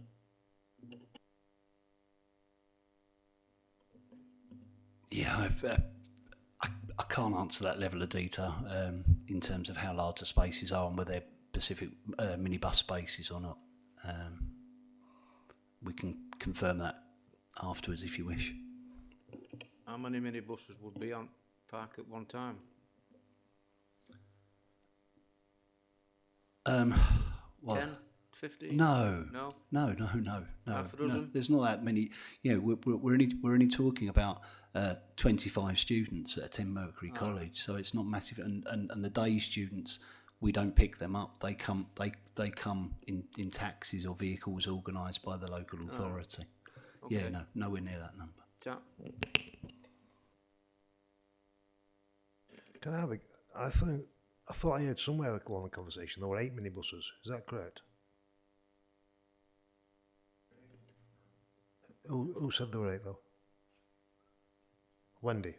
So you've witnessed 8 minibuses all at the same time in one area. Right, okay then. That's just to be... Sorry? At least. No, I just want to know where that number come from, because I heard 8 and then there's 12, 16. I feel like I'm at an auction. And I can't comment on that. I mean, I think it's important what Glyn was saying, that minibuses should have a minibus space, not a car space. And so 33, sometimes when they talk about car parks, they'll say 25 parking spaces and 8 disabled rather than 33. So maybe that clarity had made these guys a little bit more clear on here. Rob. Thanks, Chair. I just want to say that the lack of clarity on the parking issue and some of the details that come out here don't reflect well on Hesley, especially in light of the past recent years as well. It doesn't look good on the group, but just making that comment known. Thank you. Rob, can I just come back on that though? I mean, all I can say is, I've come here, we've been told there's 33 spaces, we have 33 spaces. In terms of whether they're for minibuses or not, I apologise, I don't know that level of detail. But, within the confines, there are 33 spaces. Anyone else got anything? Councillor Kidger. Yeah, well, I'm just going to make a comment. You say, no, I'm saying 33, there are 33. There are not 33 on there. And that's what we work to. The red line is drawn by God. So yeah, that's obviously frustrating for me as well. I haven't seen that before coming in here today. So I've come in here to speak to you from an operational perspective. This is why we've got a problem. I hope you understand that. Yeah. we have to be pedantic because the red line is pedantic. You know, if you've got 33 parking spaces, you should be on there as 33 parking But the spaces. red line's to identify the 5 spaces for this particular development. So it's not. But the parking spaces are pertinent to your application. You've got an objector, well, we've got 2 objectors based on parking spaces. They are absolutely central to your application, and you haven't addressed them in the documentation, and that is a problem. Fair comment. Any more questions from committee before we go to officers to clear up any? Right. Do the officers wish to clarify any matters of fact prior to members going to debate? Emma? Thank you, Chair. Yeah, there are a few points there that I think would be helpful to just unpack a little bit so that you've got them in your minds as you go into the debate. Firstly, there's been some question around the fact that this is an application proposing a sui generis use and what that means longer term should plans for the building change or evolve over time. So a sui generis use is a use class in its own right. So the only thing that you would be granting planning permission for here today would be for respite care for 2 occupiers between the ages of 18 and 25, nothing else. If they wanted to propose anything else that goes beyond that, then that would be a fresh application to us and we'd assess that on its own merits. So rather than there being the opportunity for them to sort of incrementally change the model over time, that wouldn't be permissible through the terms of the planning permission. So I hope that gives a bit of reassurance as to what's actually being proposed here and what you'd be granting planning permission for. And as I say, anything that goes beyond that, they'd need to come back and we'd undertake a fresh assessment. Alongside that, I think it's really important just to have in your minds that there is an ex ante to use for the building. So the care home use could become operational at any point going forward and there wouldn't be any need to come back to us for planning permission. So that's the context that we have to assess this proposal against. That care home use will have had a requirement for parking to be provided for staff and visitors in a more intensive way because the number of occupants for that use was greater than what's being proposed here.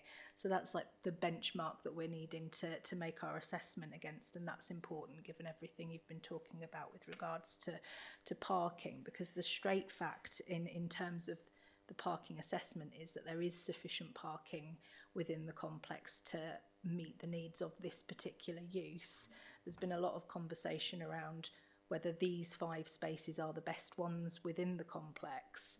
And I've kind of gone through a mental exercise as you've all been talking about whether or not there's a different way of requiring those 5 spaces based on everything you've said, because a lot of the issue seems to be around the wider management of the complex rather than this particular use being an issue.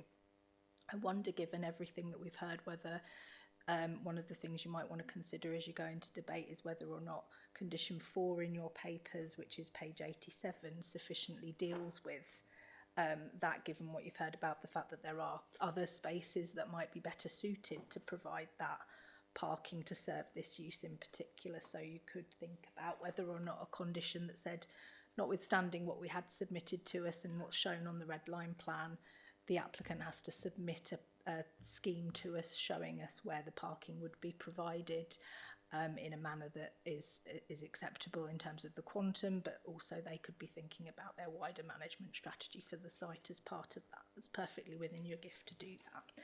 Similarly, we heard from Councillor Reid about sort of wider management plans for the site and whether or not we should be conditioning that more broadly.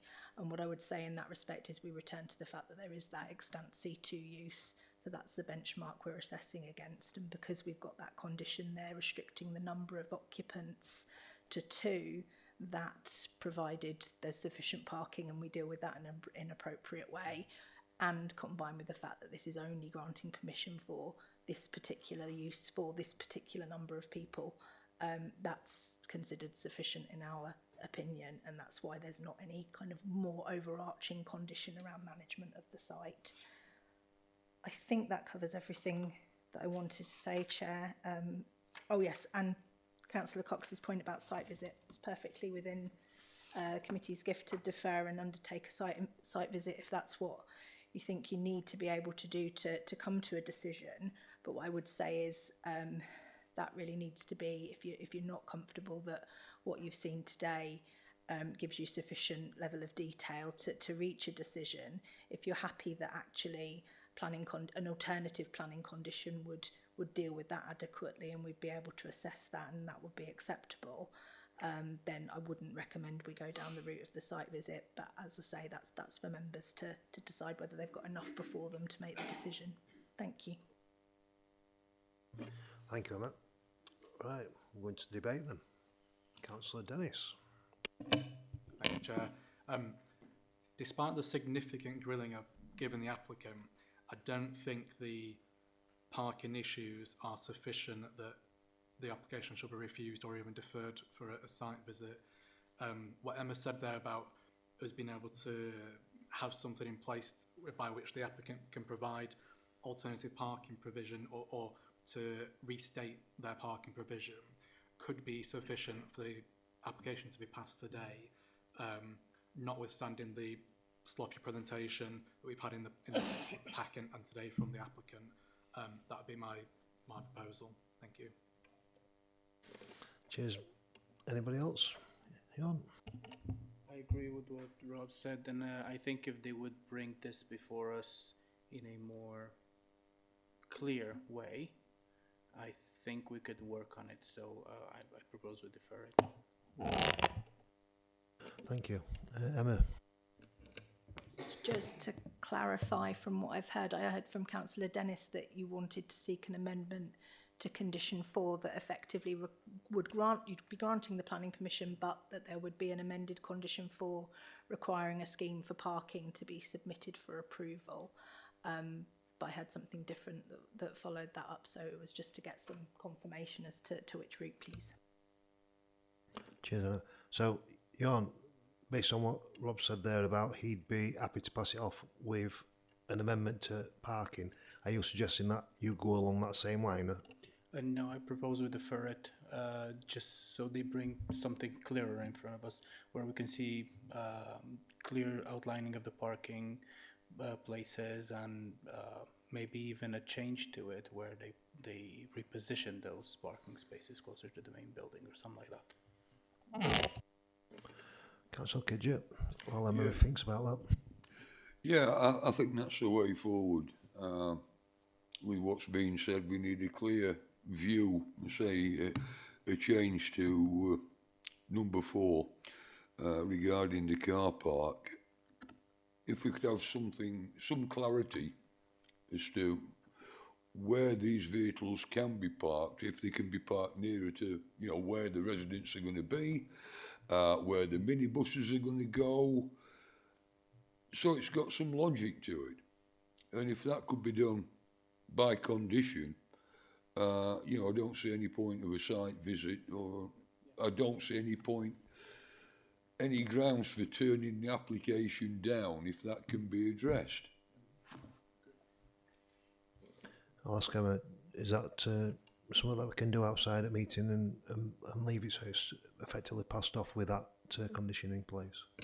So that would certainly be my recommendation, Chair, that the planning committee would be granting planning permission today, but with that updated condition, because what we've heard and the advice we've had from highways officers in the run-up to the application is that the site is physically capable of accommodating sufficient parking to serve this use when you take into account the layout, the extant use and so on. It's just about where those parking spaces best go to serve the use, rather than go through the deferral, getting that information, bringing it back to committee. My recommendation would be that we impose a condition that requires them to submit that information formally to us for assessment.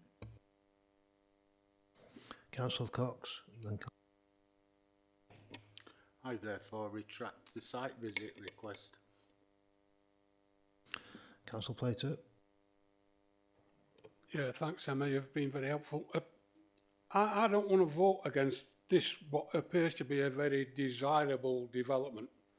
However, given the current problems with vehicles and access and parking on the site, I would need assurance that things weren't going to get any worse for the local people who are already suffering from an excess of vehicles on the site. So yeah, I would prefer that if we're going to vote in for this, that there is a condition about parking and control of the vehicles.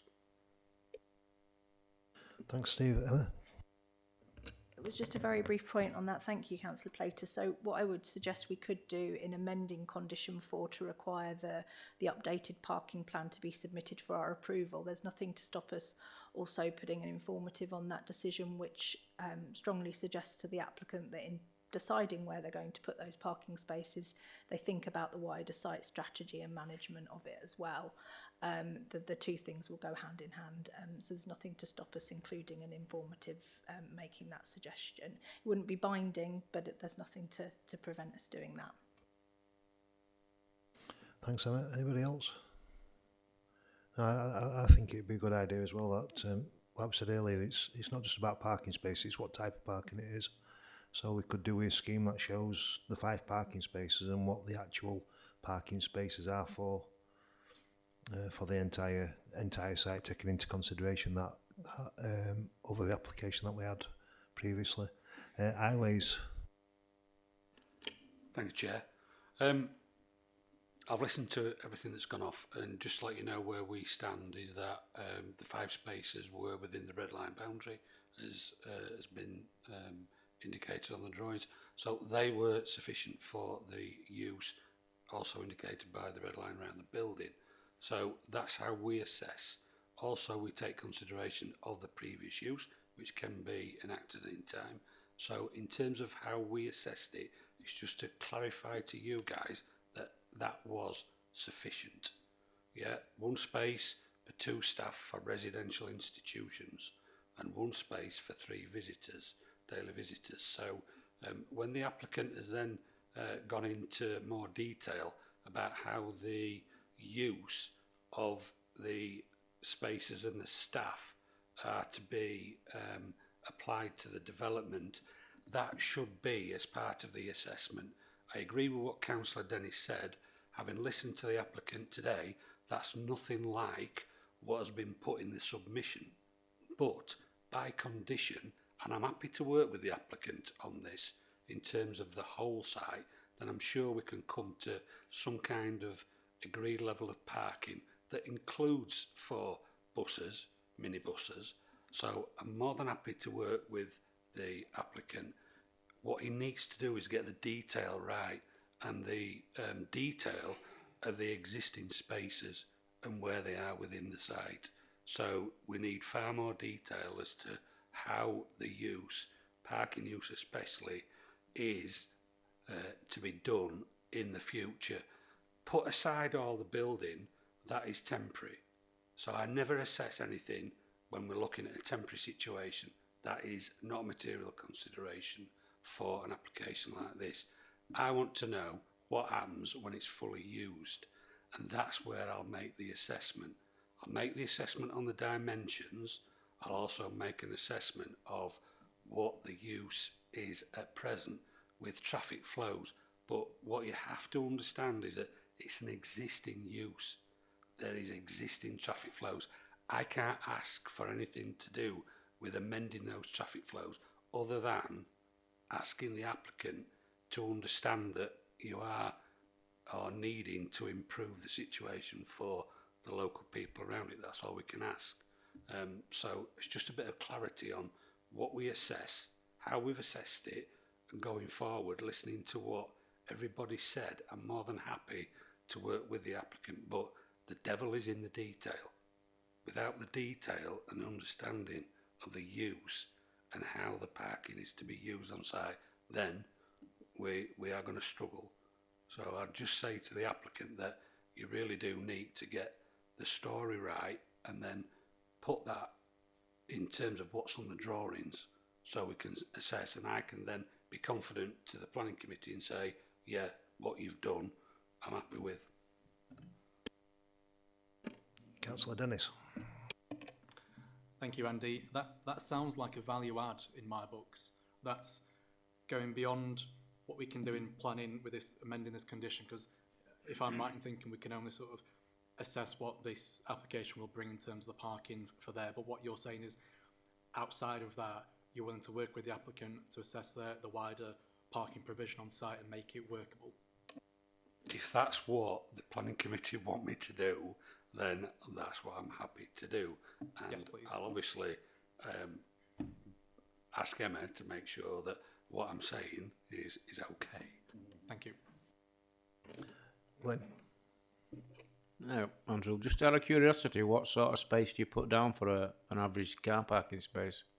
So in a private car park, national car parking standards can apply, so that's 4.8 by 2.4 for a parking space. We require under the SYRDG, South Yorkshire Residential Design Guide, 5 metres by 2.5, but this is not a residential development, so the national car parking standards can apply to this. So that's what I would use for this situation. In terms of a minibus, you are 4.8 by 2.4. So in terms of the minibus, then that is slightly wider, that's all. So that will be assessed on the type of minibus that will be used by the applicant. So again, that's the detail. So I don't know what minibuses they use. If they have a standard minibus, I just need to know. So we will assess it based upon what the applicant is using, if that's what the committee want. Yeah, I just know sometimes you can't open the door, can you, when you get into a space? Correct. Yeah, legals are in. Hi, thank you. Just in terms of this proposed condition, the Amendment 4, I just want to remind everybody of the statutory tests. So obviously it has to be necessary, relevant to planning, relevant to the development to be permitted, enforceable, precise and reasonable in all other respects. So I think obviously, you know, we've heard talk about amending this condition 4. I think obviously if that's the route that you want to go down, I think Emma will probably have to have a bit of time just think about how we can make that workable and comply with the statutory tests. Thank you, Michael. Any more questions? Right, I think we might be ready to go for a vote here, yeah. Is there a proposal to grant planning permission subject to the imposition of planning conditions? Is there a mover? Councillor Kidger. Have we got a seconder? Councillor Creation. Right, I'll move to the vote then. Please indicate by raising your hand. 4, 2, 3, 6. Against? Abstain? So, subject to the planning conditions that we've talked about, I think it's fair to say that application 25/02118/COU has been passed. Thank you. We'll have a 5-minute adjournment. Thank you, everybody. We'll now continue on to item 6 to consider a recommendation to withdraw a reason for refusal in relation to planning application 23/02634/FULM, installation of ground-mounted photovoltaic farm with associated infrastructure, engineering works, access and landscaping at the land of the south of Barnsley Road to the east and west of Margrange Lane, Mar. Susie Gross, the planning case officer, will present this. Over to you, Susie. Thank you, Chair. So the next item, rather than seeking a resolution on whether to grant or refuse planning permission, this agenda item instead seeks the committee's endorsement of officers' proposed approach in defending any forthcoming appeal against the refusal of planning permission for Mar Solar Farm in light of recent significant changes in case law relating to one of the grounds for refusal. So just set the context, planning permission was refused in December's planning committee at the application site, which is located just to the southeast of Mar, and the proposed development was the installation of a ground-mounted photovoltaic farm with associated infrastructure, engineering works, access and landscaping. And yes, the committee resolved to refuse planning permission. Now at the time, 3 grounds were given for the refusal, and these were set out as follows on the decision notice which was issued after committee. Broadly speaking, these relate to green belt impacts, landscape and visual amenity impacts, and that incorporated visual amenity of the conservation area, Margrange farm shop and tea rooms and a neighbouring dwelling. And then finally, loss of best and most versatile agricultural land. And the full text of each of these grounds is provided on the slide, but also at paragraph 11 of the corporate report before you. Now, the applicant has notified the council that they intend to appeal against the decision, and whilst we haven't yet received the appeal, the applicant has until 19th of June to do so, but we do believe it's fairly imminent. Since the decision to refuse planning permission was made at the end of January, the High Court handed down a judgment which has had a significant bearing on the Greenbelt reason for refusal, ground 1, which the council needs to have full regard to in defending any future appeal. And this is referred to as the Rotham judgment in the report and in my presentation. And members might recall that at the time of the decision, different approaches were being taken by the Planning Inspectorate on how to interpret NPPF footnote 7 restriction when assessing whether a site constitutes grey belt land within the green belt. And the approach taken by officers in our assessment at that time meant the land couldn't be considered grey belt, and so very special circumstances were needed to justify what would be inappropriate development in the green belt. And this was an entirely reasonable approach to take at the time, and likewise the resulting ground of refusal, entirely reasonable. However, the subsequent Rotham judgment has now provided clarity on this interpretation of the National Planning Policy Framework, such that going forward during any appeal, the site does now need to be considered as grey belt land. And this means that the proposed solar farm would benefit from the NPPF exemption to being considered inappropriate development in the green belt, and it's no longer necessary to demonstrate very special circumstances to justify it in green belt terms. Now, the High Court judgment is binding upon the Planning Inspectorate, and this means they would apply this interpretation of NPPF green belt and grey belt policy on the Mar solar farm development in the event of any appeal. And so this means the green belt ground of refusal, ground 1, is no longer defensible, and to continue to do so at the forthcoming appeal would likely be considered unreasonable behaviour by the Planning Inspectorate. So instead, in order to more robustly defend any appeal, it's recommended that the Council instead forms the basis of its defence on the 2 remaining grounds of refusal, minus reference to greenbelt impacts. So that's the landscape and visual amenity reason and loss of best and most versatile agricultural land. And these remain strong and legitimate reasons to refuse the application.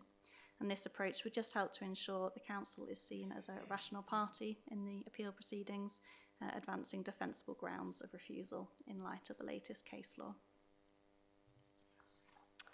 So just to conclude, in light of the Rotham judgment, the proposed solar farm can no longer be considered inappropriate development in the green belt, as it must now be considered grey belt land for green belt assessment purposes.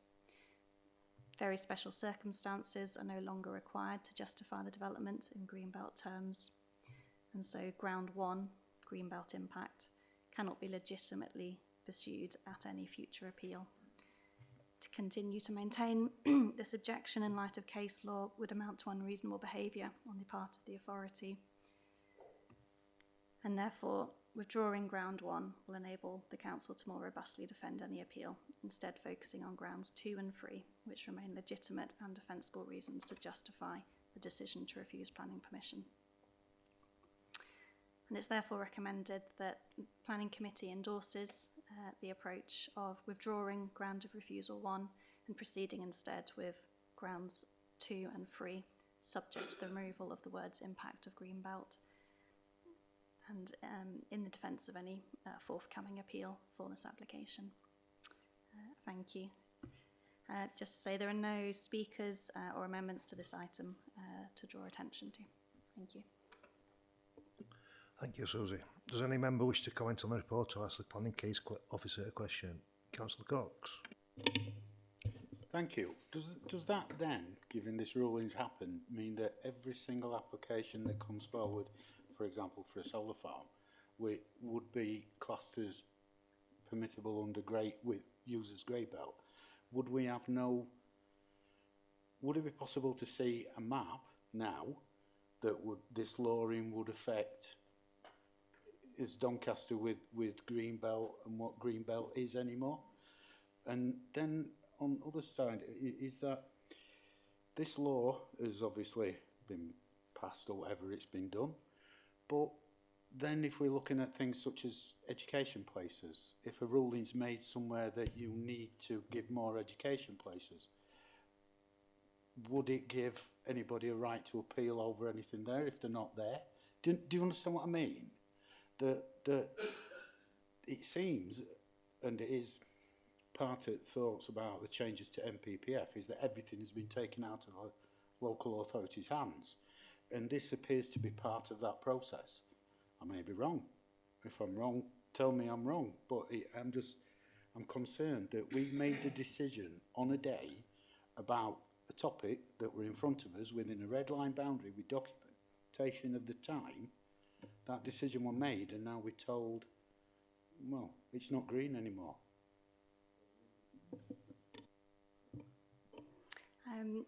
Yeah, I understand your concerns, Councillor Cox. I think just that first point that you raised, does this mean that every solar farm is now grey belt?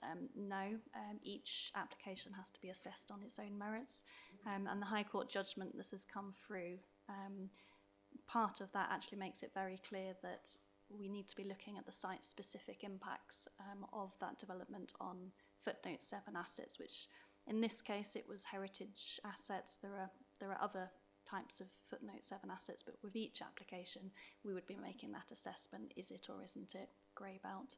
And so it's not the case that, yes, this would just apply to any solar farm development at all. In terms, you asked if there was a grey belt map of where grey belt is and isn't. The concept of grey belt is quite new. It was only introduced at the back end of 2024, and this means that we are assessing it on an application by application basis. Any sort of map of grey belt land would need to be done as part of a wider local plan green belt piece of work, which at the moment we haven't got in place. So we're doing it case by case. And in terms of, the last part of your question was to do with, say, if education places became an issue. This is very much focused on how do we defend this appeal, and our recommendation is this is the strongest way to defend this appeal. If the case law is now saying, well, actually the context has changed slightly, we need to be going with that and focusing on the good reasons for refusal. So yeah, I don't think the kind of example that you provided in terms of education places changing a reason for refusal would be right. Emma, is there anything you want to add? All I would say is that we're put on notice that judgments are handed down all the time through the planning courts on every issue you could think about, and that can happen at any time. So we could have been in a situation where this application was due to be reported, it's 10 to 2, we're walking through the doors of the chamber and the decision's handed down, and we have to decide what we do in that circumstance in order to be giving the planning committee the very best advice based on the prevailing circumstances. And it could equally have happened when we get into the inquiry and appeal further down the line on this, and it can happen on any particular subject. As I say, what we do as a matter of course as officers is interrogate those judgments and work out what needs to happen in terms of how we're undertaking our assessments more broadly to make sure that we're doing what the courts are requiring us to do in terms of interpretation of policy and so on. And if we need to be then telling the planning committee how that's affecting our decision making, then we will do. Sometimes it doesn't, and we can continue. Sometimes you'll see references to case law in committee reports. This is one of those situations where it's happened at a particular point in time when we know we're going to be facing an appeal, and we have to be reactive to that at that time. So it's just to sort of give a little bit more of a broader context to things for you. Okay, and then Steve. I get it. I understand what you're saying, But then we also have legislation about water, about pollution, about lots of other things. That a lot of these things don't seem to come up when we bring them up, when we ask the questions, when we want to see, and you know, that it don't happen. But what I'm really concerned about is that we have areas of green belt within Doncaster that if an application comes forward, we've now got to consider it as grey. That application, the case study, wasn't in Doncaster. It wasn't within our red line boundary for the application that were made and refused. It was elsewhere. Maybe we should have a site visit. But it is kidding. But that is, if that judgment's a sweeping judgment, how can we take each one case by case by case? Because then we're just going to end up with, well, there's a law, there's something been decided that in, I don't know, wherever, but that pardon? That's a precedent. But that means that every single one is the same, and we can't look at it case by case. And it takes away, in my opinion, that ability to even say what is green and what isn't green, because we don't know anymore. Well, we do. Everything's grey. I hear what you're saying. I think it's important to understand that the High Court judgment it's being applied to the interpretation of policy. It's not that we're taking the judgment and immediately applying it to the Mar Solar Farm site or any other application site where we're considering grey belt assessment. But the judgment is affecting how the policy should be interpreted. We're then assessing the application site in light of that policy. So we're just making sure that we are actually interpreting that national policy correctly. And so each case we're going back to the MPPF, how do we assess it in light of that? But then the overarching kind of context is, yes, we're interpreting it correctly because we're doing it with the same approach as this case law. Yeah, I don't know if that helps clarify it at all. I mean, interpretation's the magic word, isn't it? That we can all interpret things differently. And we take, such as the local plan, the MPPF, all of the policies, we can all interpret, and it's an argument I had with Mr. Purcell years ago, is that we look at this, we can look at a policy, and then policy one on there might be a different interpretation that might be seen in a different policy. So you could bring out what used to be, which again why I welcomed the local plan, was you could take out the local plan and the core strategy, and you could have an argument with yourself over what benefits what, and it all comes down to interpretation. So, I mean, our interpretation was on the information given on that day was the decision that was made. If you can give us, I know you can't give us any kind of guarantee that our response will be defended properly and fully in a way that we are against it, and we can add more weight to that. Where can we add more weight to it? Because we're taking 3 items of defence, now down to 2, and then if the green belt, as it's mentioned in the other 2 items, a loss of amenity is a connection with green and everything else. So if we lose that, does it affect the other 2 issues in any way and enable those to fall? Does that make sense? Thank you. Yes, it does make sense. Just dealing with the point around policy interpretation, I think what we mustn't do is get conflated between the planning balance that we undertake in terms of whether things are called or otherwise with our local plan policies and the interpretation of policy. Michael will be able to put this far better than me, I'm sure, but it's for the courts to tell us how to interpret policy, and that's what they've done here. So we can't say that's all well and good, but we think the interpretation is this. It's not within our gift to do that, I'm afraid, however tempting that might be. And as I say, that's within the remit of the courts to tell us what the correct interpretation is, and that's what they've done in this case.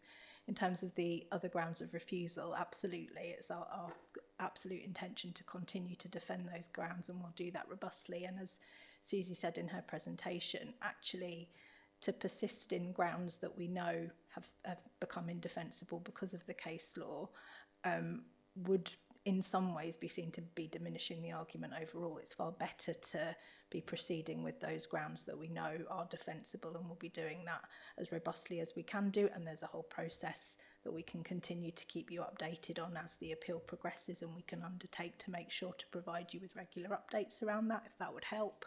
But absolutely, that's the intention, to proceed with those grounds in the strongest of terms.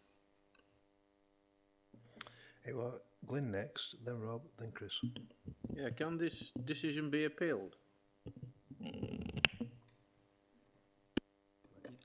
So we've got no standing to appeal the Rotham judgment. That's only between the parties that were involved in that judgment. Rob? Thanks, Chair. I've got 3 points and I'm going to try and remember them because I've not written them down. The first one is, I believe at the time when we considered this application, there was that confusion, or rather that uncertainty as to whether this land would pass the Greenbelt test or not. That's why officers presented both the Greenbelt test and the Greenbelt reasons and also the Greybelt ones, so that if later on down the line it was confirmed as Greenbelt, we had this strong refusal in there to cover the Greenbelt. However, there's also the potential it could have been made Greybelt, and that's now how it's come out to be. So I think, looking back, this always was a potential that could have happened, and unfortunately for the committee, it has come out. I think we're all on the committee disappointed because unanimously the committee rejected this application, and I think we felt strongly at the time about the Greenbelt status. So for this to be, for this land to now be taken as Greybelt, disappointing for us. However, I think we should recognise the case law that's been passed down and back our officer's judgment on the application of that. I've not got a planning background, not got a legal background. That's what we rely upon our officers for that advice on. And so if they're saying this isn't defensible, if we took it at appeal, then I'm willing to back them on that and go with the recommendation. However, on the recommendation on point 9A, I wonder if within there we can insert in sort of reference to the Rotham judgment about the Greybelt test, because a lot of residents across Doncaster will see this recommendation that the council agrees to get rid of the Greenbelt status, and as it reads now, I don't think that's agreeable by us as a committee. It should reference the judgment in there, and it's been sort of taken out of our hands about the Greenbelt status. So whether something along those lines could be inserted in.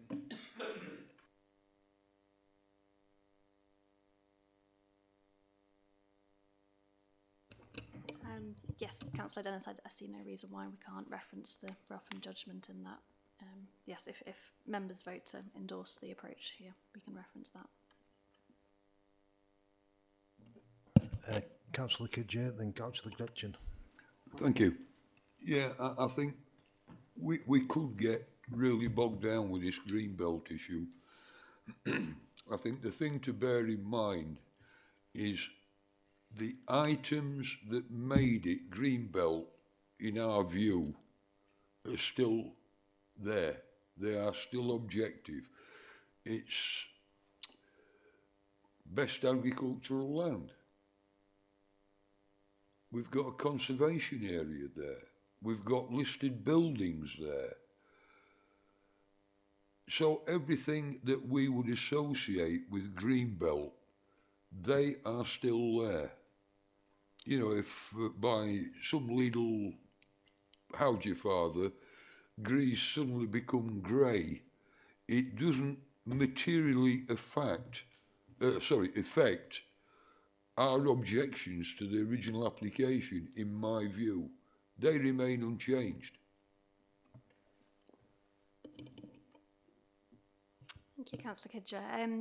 I think it's helpful just to understand that greenbelt policy is a separate matter from, for example, landscape and visual impact, loss of agricultural land, and those other reasons that you mention for the value of the site and its location are still very much included in grounds 2 and 3, which we would be robustly defending in that instance. Yeah. Is that you done, Chris? Yes. Councillor Cutchin.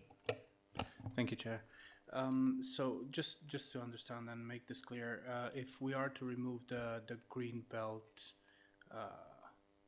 defense from our case, that would make our case stronger, and leaving it in would make our case weaker. Correct?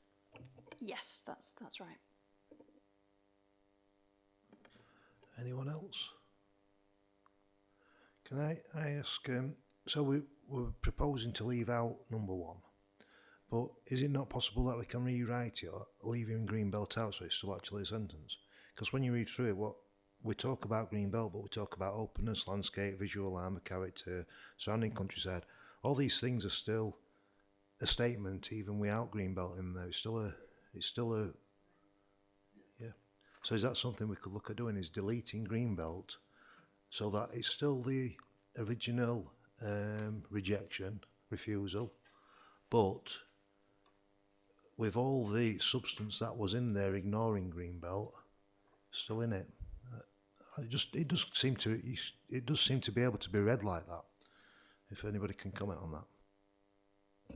Yeah, the reason ground of refusal 1 is written in the way that it is because the greenbelt tests require us to look at harm by virtue of inappropriateness and any other planning harm. So what you see in ground of refusal 1 cross-references back to 2 and 3. So you don't lose those other things that are mentioned in ground 1 because they're still there in 2 and 3. It was formulated in that way to make sure we're encompassing all of the harms as part of the greenbelt ground, because that's what the policy test requires us to do. But taking that ground away in its entirety doesn't diminish the other harms that you've identified, because they're there in 2 and 3 and will remain there. But on that though, we've got paragraphs 153 and 160 quoted in section 1, but they're not repeated in section 2 or section 3. So is that just purely the greenbelt aspect then? Yes, Chair, that's correct.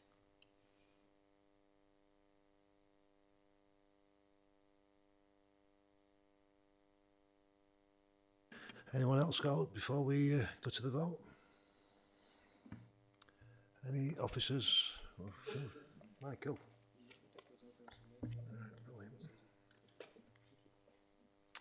Right then, is there a proposal that Planning Committee endorses the following approach in relation to the appeal due to be submitted? A, to withdraw ground of refusal, greenbelt, refusal 1, greenbelt in respect of planning application reference 23/02634/FULM, and that this objection to the development will not form the basis of any defence put forward by the Council in the event that appeal proceedings are lodged with the Planning Inspectorate, and B, to proceed with grounds of refusal 2 and 3, subject to the removal of the words impact on greenbelt. Got a proposer, Chris. Have we got anybody second that? Glyn, we're just in there. Right. So, move to the vote then. Please indicate by raising your hand for removal. 3, 4, 5. 5, 4. Against. And abstain. 2. So, that proposal to change the ground of refusals being accepted. Not to defend it, sorry, has been accepted. All right. Item number 7, appeal decisions. The report is for information only. Does any member wish to speak on this item? I'll speak on it then. There was something regarding a children's home in Stainforth, and it's on page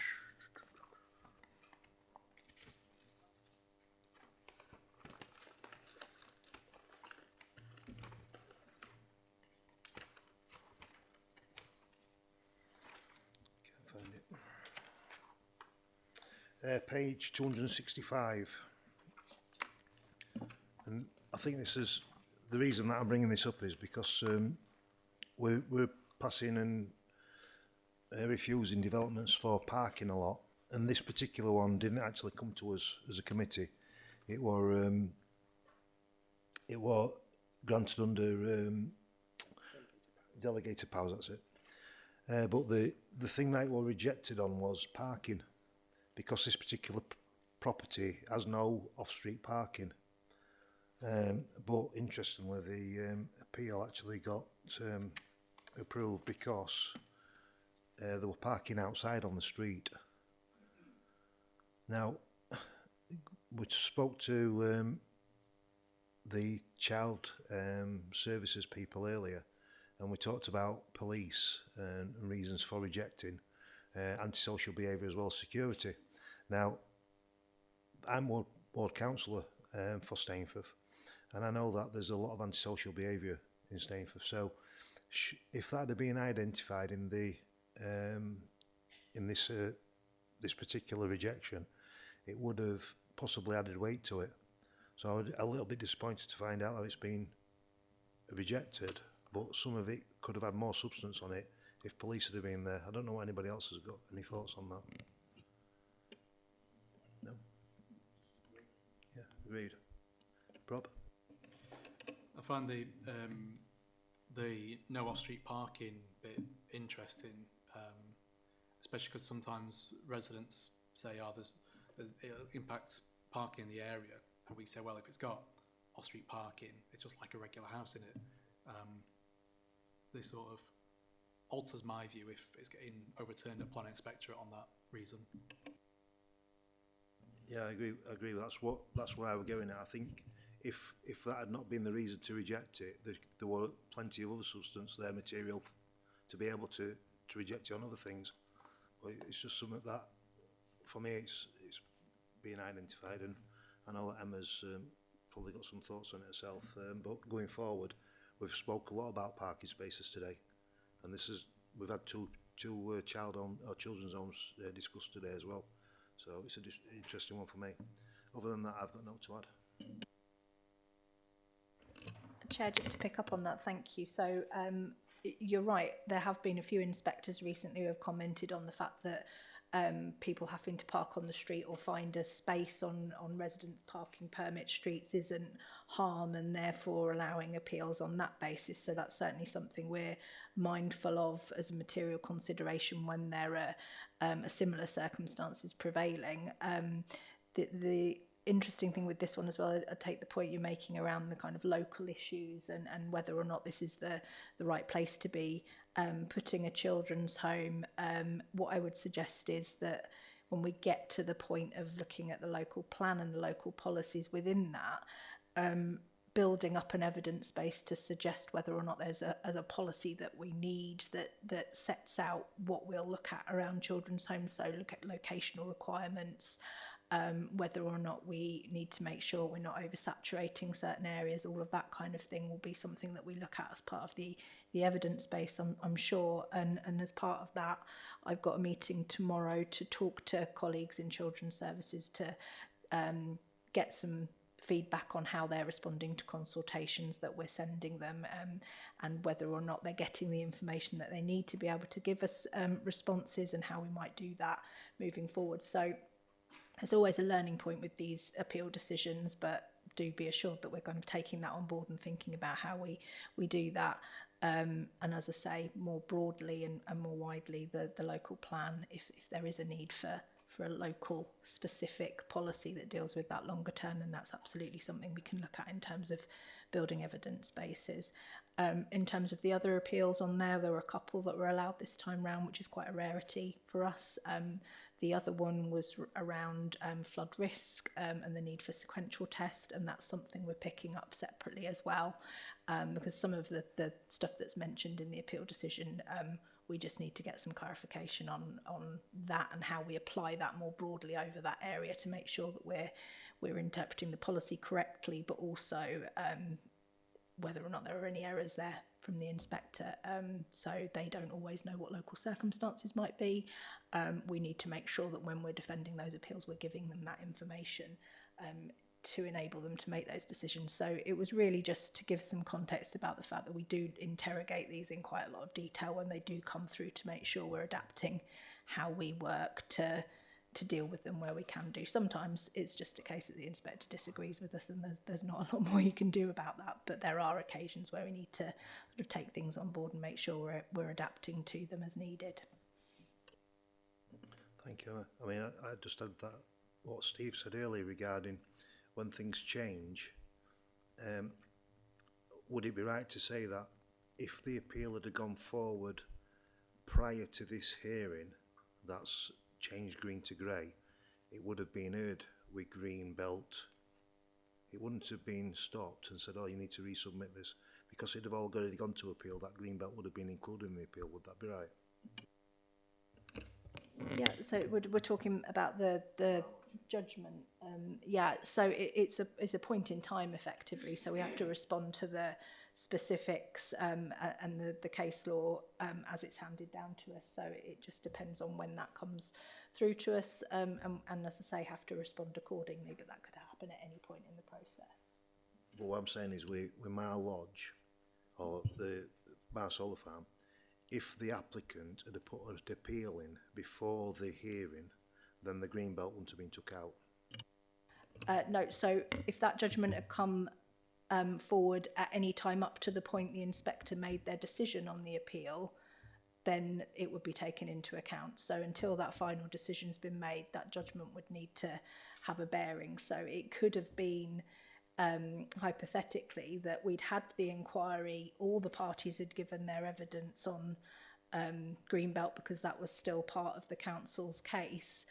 The inquiry closes, the judgment appears, and then we're all reconvened into the inquiry to start the process again. If that happens, until that decision's been issued, that's a possibility.